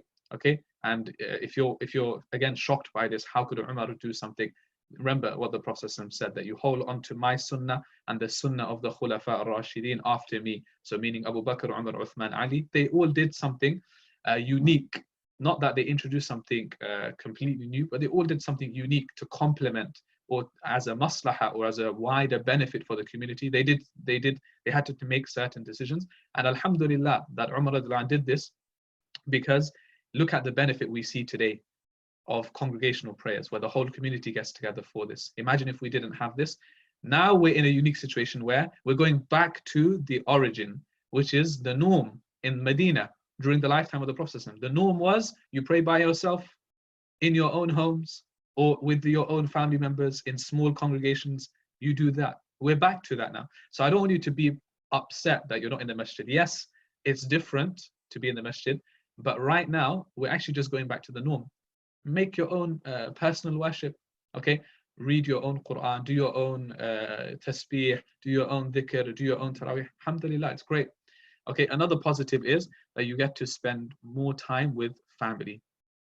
Okay, you get to spend more time with family, right? Whereby maybe in other Ramadans, you know, you're so busy, you're going Taraweeh, you know, you're going to the masjid here and there, right? And it's just so busy. Guess what? You're going to be at home with your family. So you involve your family in these worship. You involve them in, you know, congregational prayer, small one in your own home, in the space of your home. You maybe do some learning and reading together, you know, reading, learning, reminders, right? You build a good environment in the home.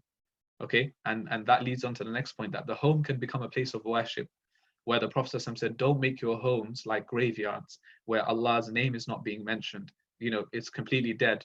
No, we can actually revive our homes this Ramadan, make it not just a place where the TV is being played, not just a place where the Xbox is being played, not just a place where you eat and drink and you go to sleep. No, make it into a place where Allah's name, people are constantly reciting the Quran in the home now. The, you know, the videos that are being watched are educational, informative, beneficial videos, and dhikr is being done in the home. Prayers are being done in the home, in congregation. This is going to bring barakah and blessing into your home, into your family. It will unite the family more, inshallah. There's more time for reflection, because reflection and contemplation can't be done publicly in front of people. The only way you can reflect is if you're by yourself, if you're able to do it by yourself. So Ramadan this year, you'll get more chance to do that. Naturally, there will be less distractions around you. You're going to be able to focus more. Why? Because you don't have to go out, you don't have to drive to this place, you don't have to, you know, walk around here, right? Naturally, there's going to be less distraction, so less chance of sinning. The moment you go out, your eyes wander, right? The moment you're out, you end up meeting people, you end up going to these gatherings, you end up talking. Allah knows, you know, what we're saying about other people, who we're looking at, what we're listening. It's when you're in your home, there's more focus, less distractions, and it's also a chance to be grateful this Ramadan. This Ramadan, we should really be so grateful to Allah. Oh Allah, normally I take it for granted going to the masjid. I take it for granted being together with my community. I take it for granted not having access to this place. I take it for granted going to that class. The Imam normally, he makes an announcement after Dhuhr today or after Maghrib today, there's going to be a talk, there's going to be a class. And I never used to go to those classes. I used to think, yeah, whatever, I can study Seerah later. I can do Tajweed later. I can study Quran later. And now, Ya Allah, I really wish I had that now, because the masjids are closed, there's no classes. I really wish I had that. We should be grateful this Ramadan. There's a chance to show more shukr and gratitude and appreciation to Allah subhanahu wa ta'ala. Okay, so let's be positive about Ramadan this year. Don't let it affect you. The worst thing you could do is say to yourself, it's not going to be the same anymore. And you know what, it's just a waste now. It's not, you know, I can't go to the masjid. What's the point? So you know what, I'm not going to make much effort this Ramadan. I'm just going to lay back and I'm just going to relax. No, this is the worst thing you could do. Shaitan is won before the game has even started. Shaitan's won because he's put this thought in your mind, right? And then the Ramadan starts and you're already laid back. No, go into it thinking, Bismillah, I'm going to make this Ramadan the best, even if there's no masjid, even if there's no community. I don't care. This is my time with Allah. Oh Allah, I'm going to build my relationship with you. And that's what I'm going to focus on this Ramadan. That should be our intention going into it, inshallah. Okay. So let's look at the positives, everyone. Okay. In terms of productivity, there's this journal. You can all download it right now if you want. You can just follow this link. bit.ly or bit.ly/faith-journal. Okay, it's a brand new journal brought together by Faith Collective, and it has all of these things: tips on memorizing the Quran, how to make dua, right?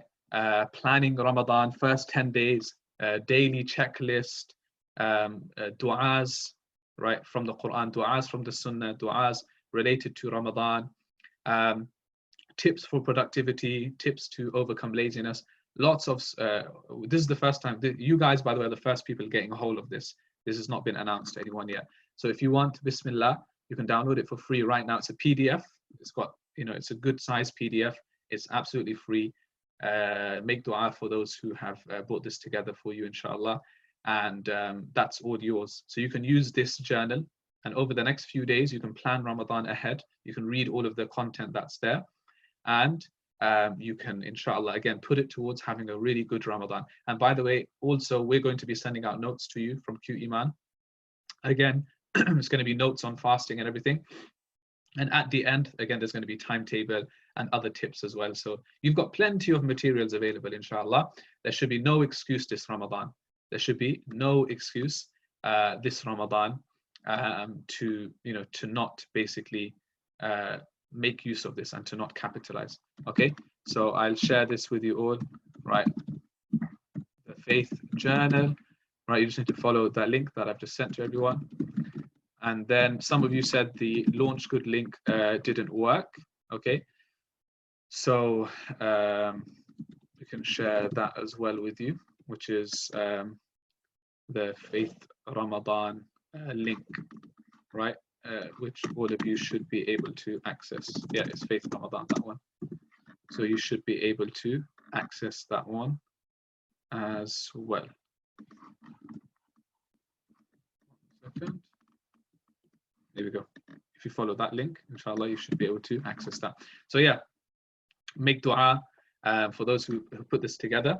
And again, we're going to be sending out notes to you. So please use these things wisely. Don't just have it as, a nice prop, just something nice on the side. Oh yeah, I've got this thing. No, you actually use it, read it, learn from it, and benefit from it, inshallah. Okay, yalla, we're going to move on.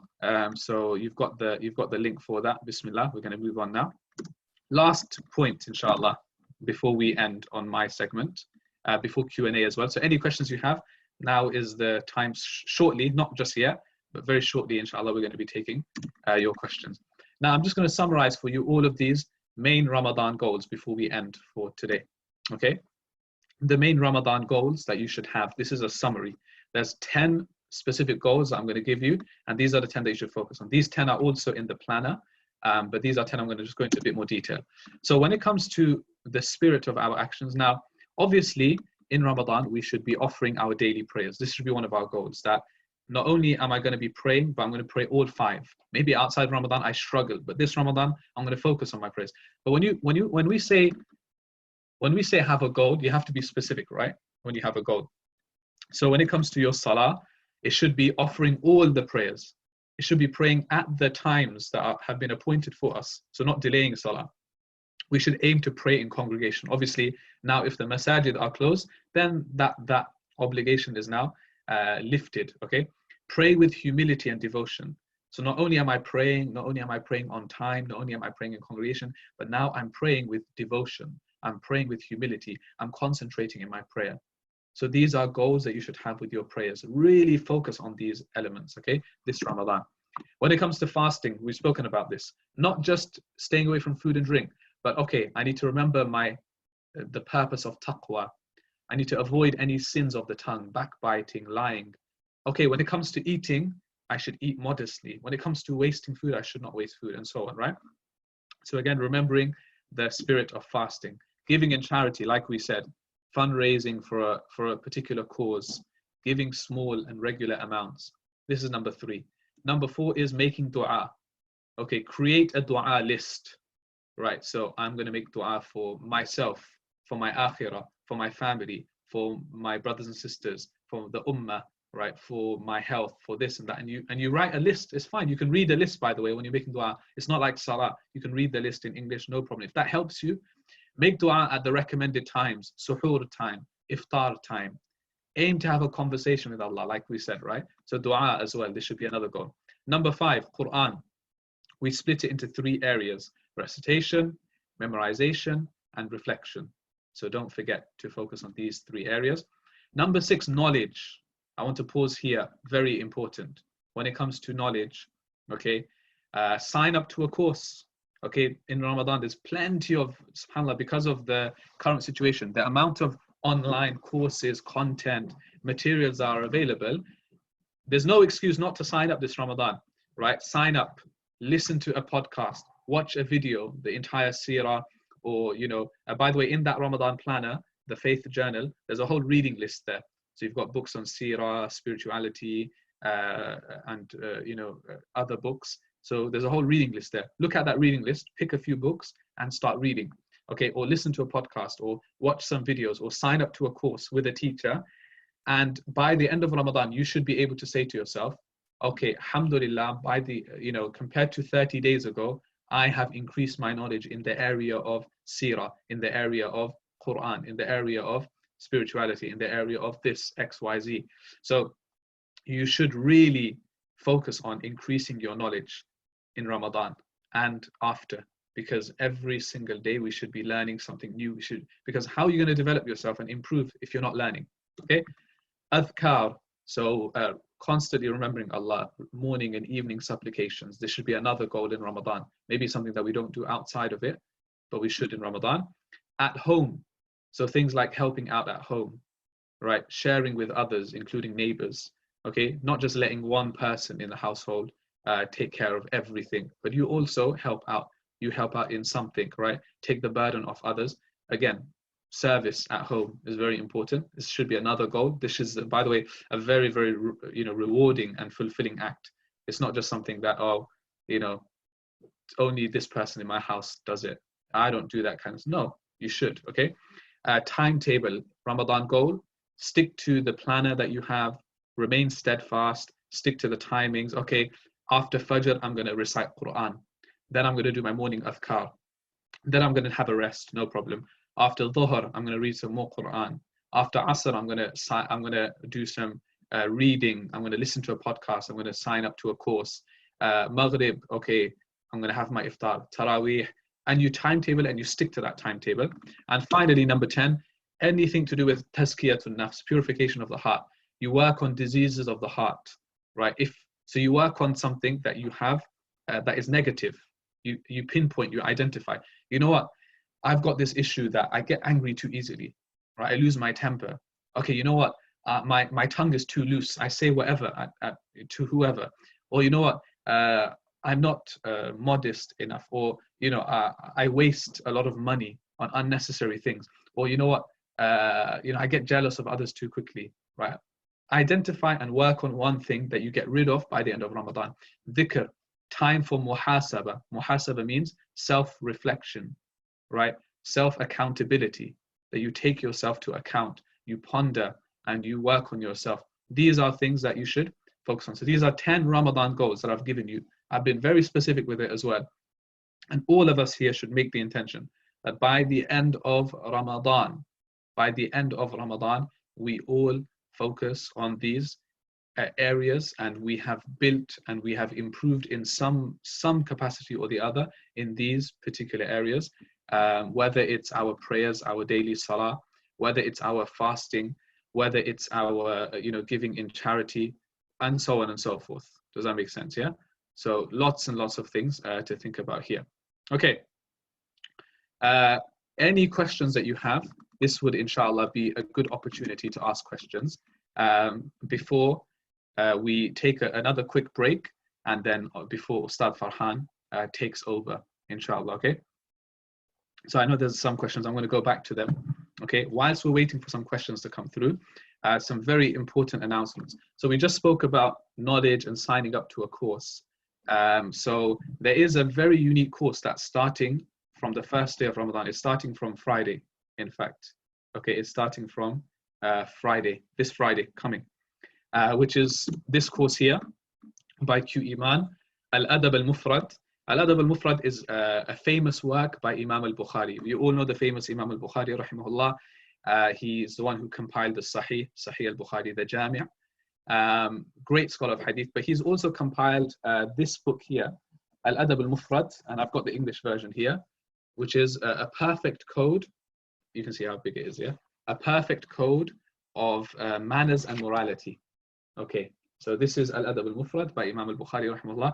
It's all to do with all ahadith. There's about 1,200 narrations in this book, and all of them are to do with character. All of them are to do with manners. So parents, family, neighbors, anger, jealousy, diseases of the heart, generosity, taqwa, tawakkul, sabr, patience, all of these amazing collection of hadith. So in Ramadan, we're doing an online course, again, open to everyone, okay? It's limited though. We're not opening it to too many numbers. The cap is 50 students because of the nature of this course, and we've already got 30 sign-ups, alhamdulillah. So there's only 20 spaces left. So the only thing is about this course is though the timing, and we're going to be teaching this for 1 hour every day after Fajr. So this course is only for students who really can commit. This isn't for anyone and everyone, right? Because everyone has their different timetables. Only if you feel like you can commit. It's 1 hour after Fajr every day. So roughly UK time, that's about 4:30 a.m. to start with. It's going to get earlier, but to start with, it's about 4:30 a.m. Okay, so it gives you enough time to have your suhoor, pray your Fajr, and then we get started with the lesson. 1 hour every day. The plan is to finish the entire book. So some days we're going to be going through 50 narrations in that hour. Some days 70, some days more, some days less, some days 20, some days 30. It's going to balance itself out. But the plan is to get through all of them in the days of Ramadan, inshallah. It's only £30 for the whole course. So it's literally £1 a day you're paying just to do this whole intensive course with us. If you want to register for that, 20 spaces left, Q-Iman.org/adab. Okay, so the link is Q-Iman.org/adab to sign up, inshallah. Okay, I would most definitely recommend if you could get the book, that would be brilliant, inshallah. The book is, it's in the reading list and the planner, but it's called Al-Adab al-Mufrad by Adil Salahi. Adil Salahi. If you can get hold of this book, that'd be great. If not, it's fine. But this is really good because it's all in English and it explains it. It's with commentary as well. That's why it's so big. So I would definitely recommend this book, even generally. Even if you don't want to do this course, I'd recommend you to do it. So please sign up, inshallah. Limited spaces. It's going to go very quick and it's going to be an amazing experience. Why Fajr, by the way? Some of you might be like, why Fajr? That's the time I want to sleep. It's the most blessed time. The Prophet said it's the most blessed time of the morning and there's a lot of barakah in it. So it's the best time to learn in the month of Ramadan. It's a one opportunity you've got to do this Fajr course. So don't miss out on it, inshallah. Okay, the only other thing that I'm going to mention, okay, the only other thing I'm going to mention, and this is even more important, this is long term. This is a short term Ramadan course. Q-Iman, for those of you, alhamdulillah, I know some of our students are online right now, some of our full-time students are with us. Q-Iman is an organization, it's an institute set up in East London. And for the last 3 years, we've been running our flagship program known as the Arabic Awakened program, the Arabic Awakened program. Now, the Arabic Awakened program is a 1-year, Sunday-only intensive course. So literally from 9 a.m. in the morning until 6 p.m. in the late afternoon. And this is on-site only at the moment. So, apologies to those of you outside of London, outside of the UK and our international viewers. But this is on-site only. And it's a 1-year, Sunday-only Arabic program, which is open to brothers and sisters. I've been myself personally teaching this course for the last 3 years. Ustadh Farhan, who's going to be joining you shortly, has also been teaching this. And we have many other amazing male and female instructors for this course, where you learn the Arabic language, the language of the Quran, Nahu, grammar, Sarf, Tajweed, spoken Arabic, and so on. So we haven't yet officially launched for the coming year, which is September 2020. Okay, but just for you guys, it's open, the applications. So if you are interested, if you live in London, if you feel like you can commit to a course like this, then please do sign up, Q-Iman.org. Okay, all of the details are there for the Arabic Awaken program.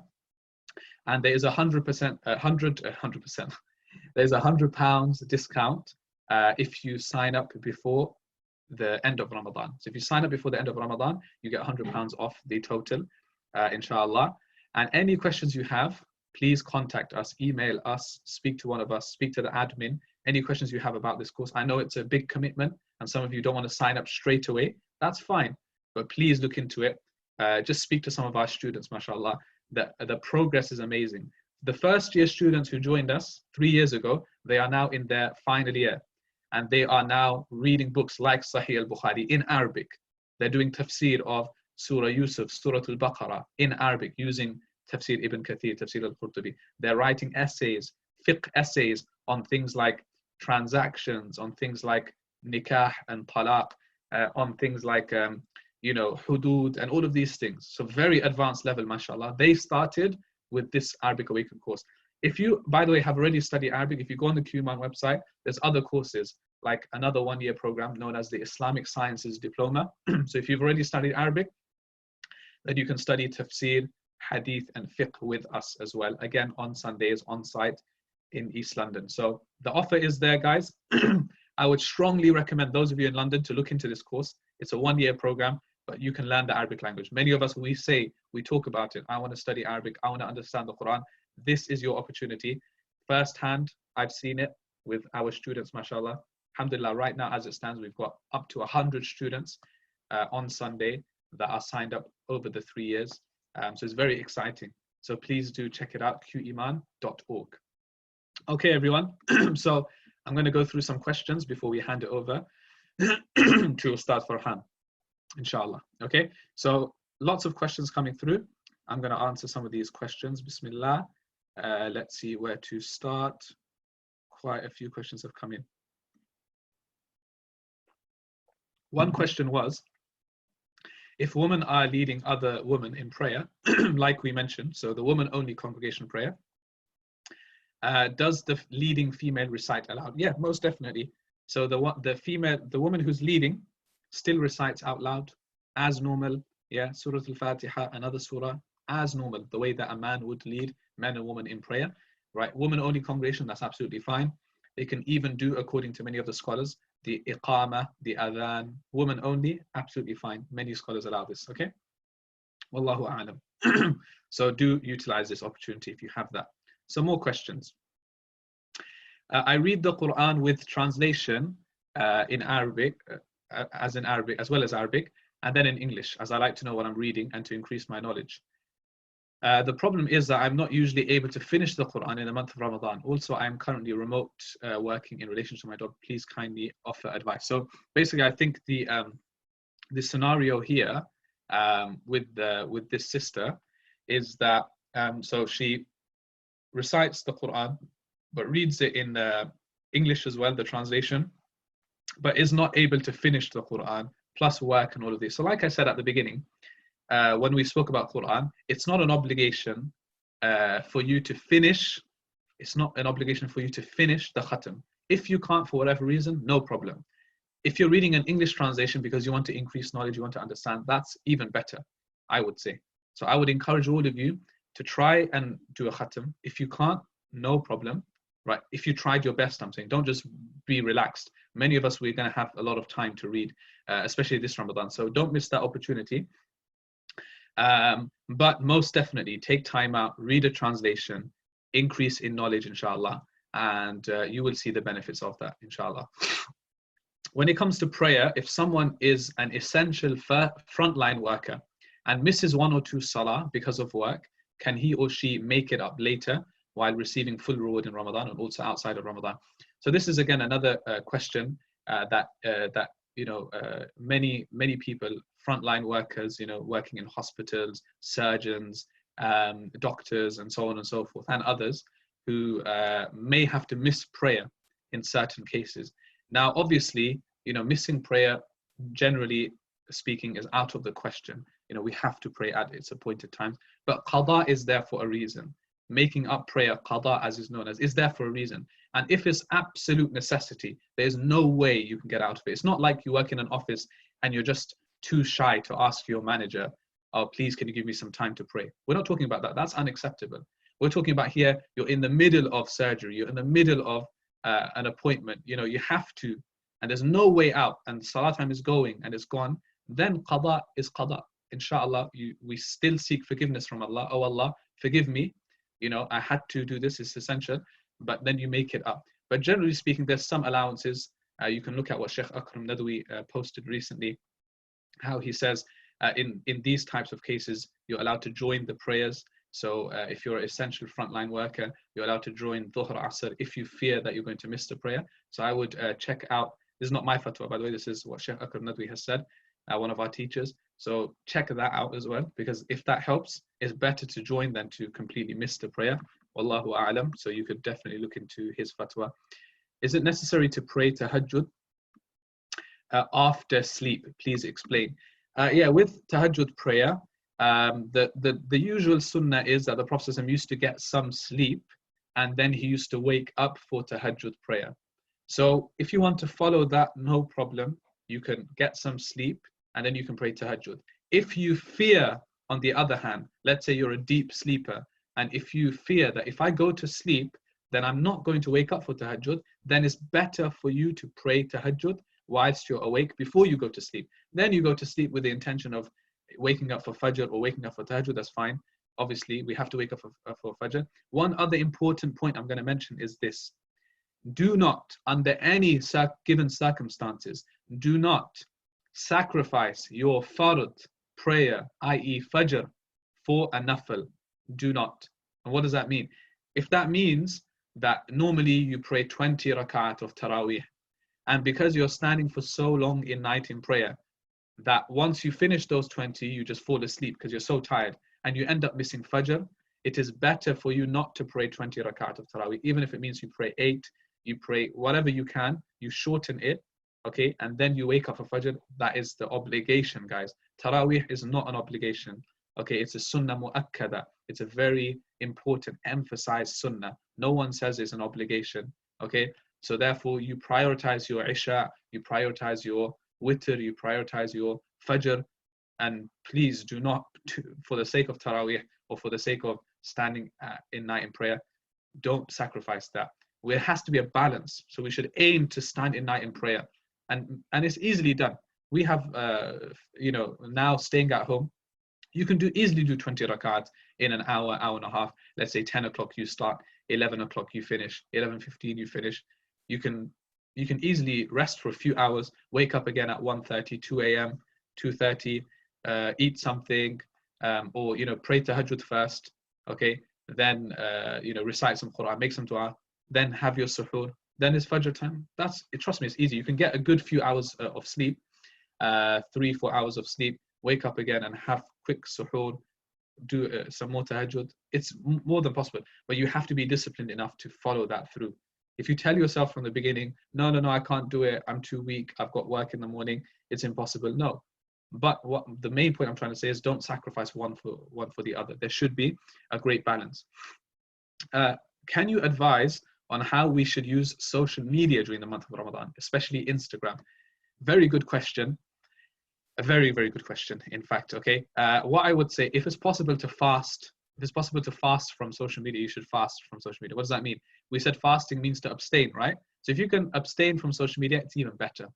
However, there's a lot of benefit on social media. It could be that every day there's many pages, there's many shuyukh, many ulama that are posting daily reminders, okay, daily videos, courses, and so on. If you go on with that intention, then inshallah there's reward. If you go on the intention just to browse and there's no benefit, then you're wasting your Ramadan. So if you can, turn off the notifications for Instagram so it doesn't show every time someone's liked your picture, someone's followed you, because every time someone does that, you click on it to check, right? Turn off all notifications. If possible, delete the app for Ramadan. But if you want to keep it, like for example, I will keep my personal pages. Why? Because I have to, like, I'm going to be doing Instagram lives. I'm going to be doing stuff on different accounts with Faith, with Q-Iman. I'm going to be teaching. I'm going to be posting reminders, daily podcasts, and so on, right?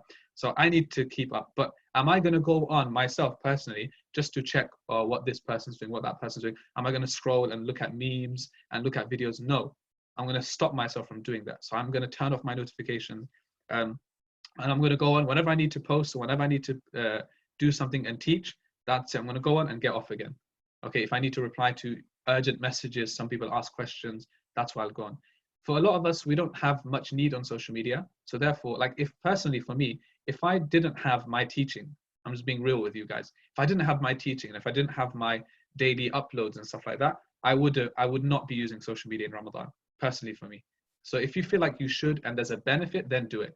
Other than that, please, like, honestly, there's so much fitna on social media. And on top of that, people get into silly arguments. 8 raka'at tarawih, no, it's 20, no, the moon has been sighted, no, it hasn't been sighted, no, I'm this madhab, I'm that madhab, no, it's just, why are you arguing? Half these people, they don't have knowledge anyway. They're not ulama, they're not people of knowledge, they're not scholars. So why are you arguing with them for? It's a waste of time and you're ruining your fast. Like we spoke about, controlling the tongue also means you control your typing. What you type is like your tongue, right? So if you're typing away and you're DMing people and you're messaging and you're arguing, trust me, it's going to be destructive for you. Can we finish one Quran in English translation, or do we have to read the Arabic? So look, when it comes to reading the Arabic, nothing will match that. Nothing will match the reading in Arabic, because Arabic is kalam Allah. It's the speech, it's the words of Allah. The English is not the words of Allah. So you should do, like we said, a balance of both. Try to read the Arabic. If there's a case where some people maybe don't know how to read Arabic, some people weren't able to learn how to read the Quran growing up, then okay, fine. Read the English, wherever you can, read a bit of Arabic, the best you can, inshallah. Okay? So yeah, English translation is good and there is a benefit to it. But yeah, you know, it's not, nothing will ever beat and nothing will ever compare to reciting the words of Allah. Okay, a few more questions. Can you advise how to divide time between exams and worship? This is also a very good question. Exams and worship. So obviously, if you have exams coming up, if you have something important coming up, then you must ensure that you give your best and you give it the best effort for your exam as well. Don't make Ramadan an excuse. So you have to allocate times. So for example, if you know Maghrib time is a blessed time, between Asr and Maghrib, don't study between Asr and Maghrib. Don't study. Recite Quran in that time instead. But if you know, okay, midday, for example, when I wake up in the morning, midday, around that time, I'm not really doing much. And, you know, there's not much going on. There's no prayers and stuff like that. Save that time for study time. So I would balance it out. Choose certain times for worship, especially the times of barakah, like iftar and suhoor. And the other times where there's not much going on, you know, dhuhr time or in the morning or late in the, you know, in the evening perhaps, right? Use that for study. But yeah, don't use Ramadan as an excuse to fail your exams. Remember, رَبَّنَا آتِنَا فِي الدُّنْيَا حَسَنَةً. Oh Allah, give us success in this world and success in the akhirah. So we should aim for the best of both. I got a question about, so Al-Adab al-Mufrad, is it for everyone? If you mean for everyone, like, is it open to everyone? Yes, because it's an online course, it's open to everyone. The only thing is, as long as you can commit, if you feel like you can commit after Fajr every day, no problem. Sign up for it, inshallah. But don't miss the class, don't miss the classes, inshallah. Okay, what else do we have? Can a woman lead in the presence of men? So there's a lot of fiqh questions. I'll save some of these for Ustadh Farhan. Can a woman lead in the presence of men who are family members? Generally, this is not allowed by the scholars. This is not allowed, okay, for a woman to lead other men in prayer. Okay, what book do we need for the course?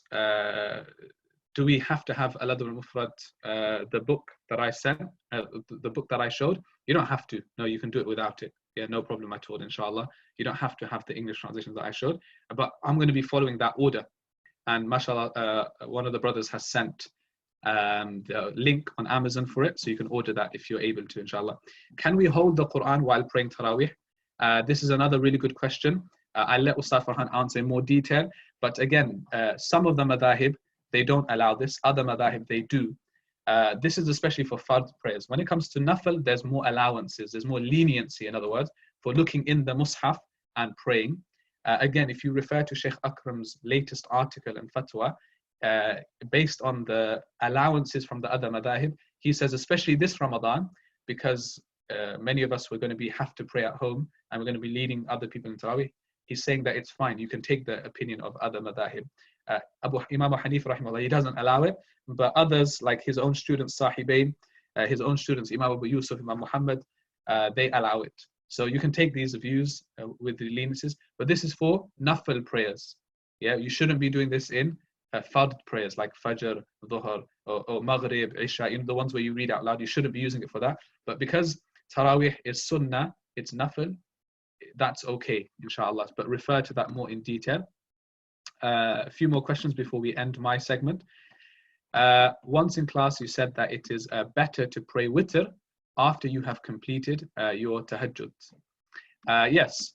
So This is generally, this is what the Prophet mentions, and this was his practice as well, that you should leave witr to be your last prayer.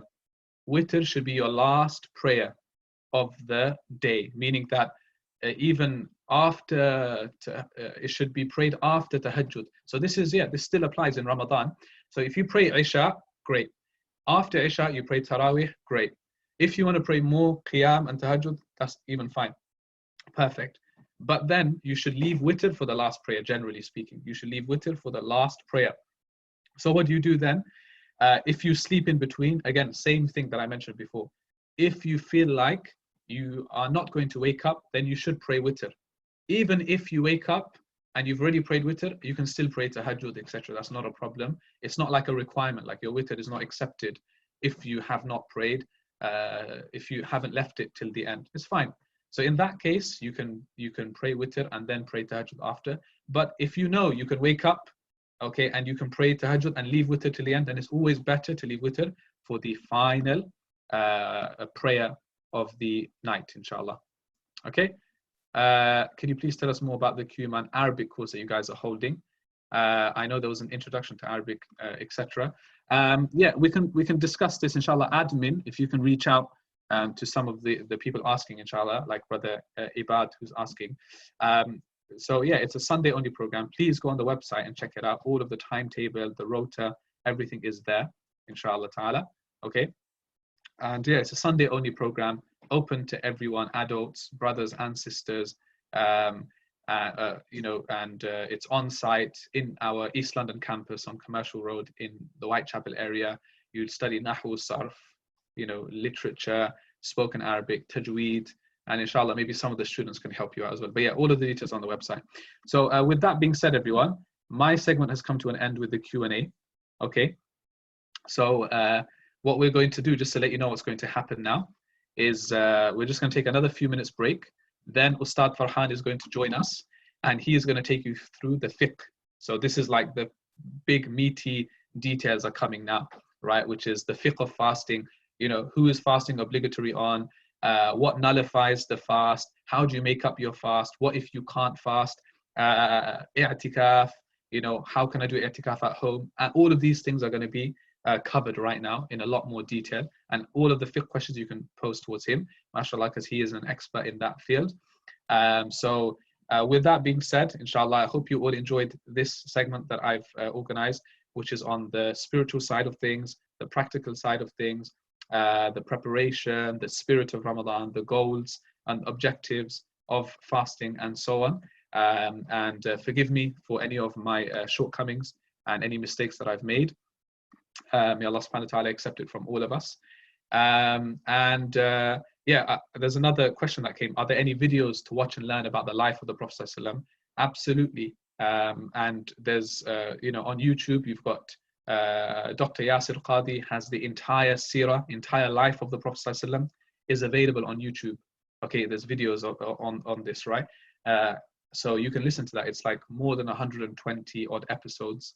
Okay, so there's a lot. So please do check that out. And you've got others like Sheikh Abdul Nasir Janda and Sheikh Hamza Yusuf and others who have seerah series online, whether it's podcasts or videos.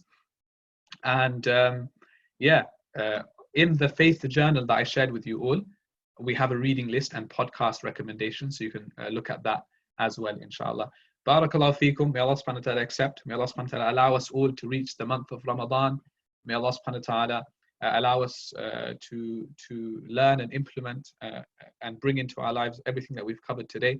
And may Allah subhanahu wa ta'ala allow us to make this Ramadan the most fruitful Ramadan yet, and the best Ramadan to date, inshallah. Ameen ya Rabbil Alameen. Make dua for me, make dua for my family, make dua for all of us here at Q-Iman. I hope you all benefited, hope you all enjoyed, inshallah. And with that, I will now take my leave. Few minutes, please don't go anywhere. Ustadh Farhan is going to join in the next couple of minutes and enjoy his segment. And if I get some time, I'll join you again right at the end, inshallah. Okay? Ma'as salama, take care. Wassalamu alaikum wa rahmatullahi wa barakatuh.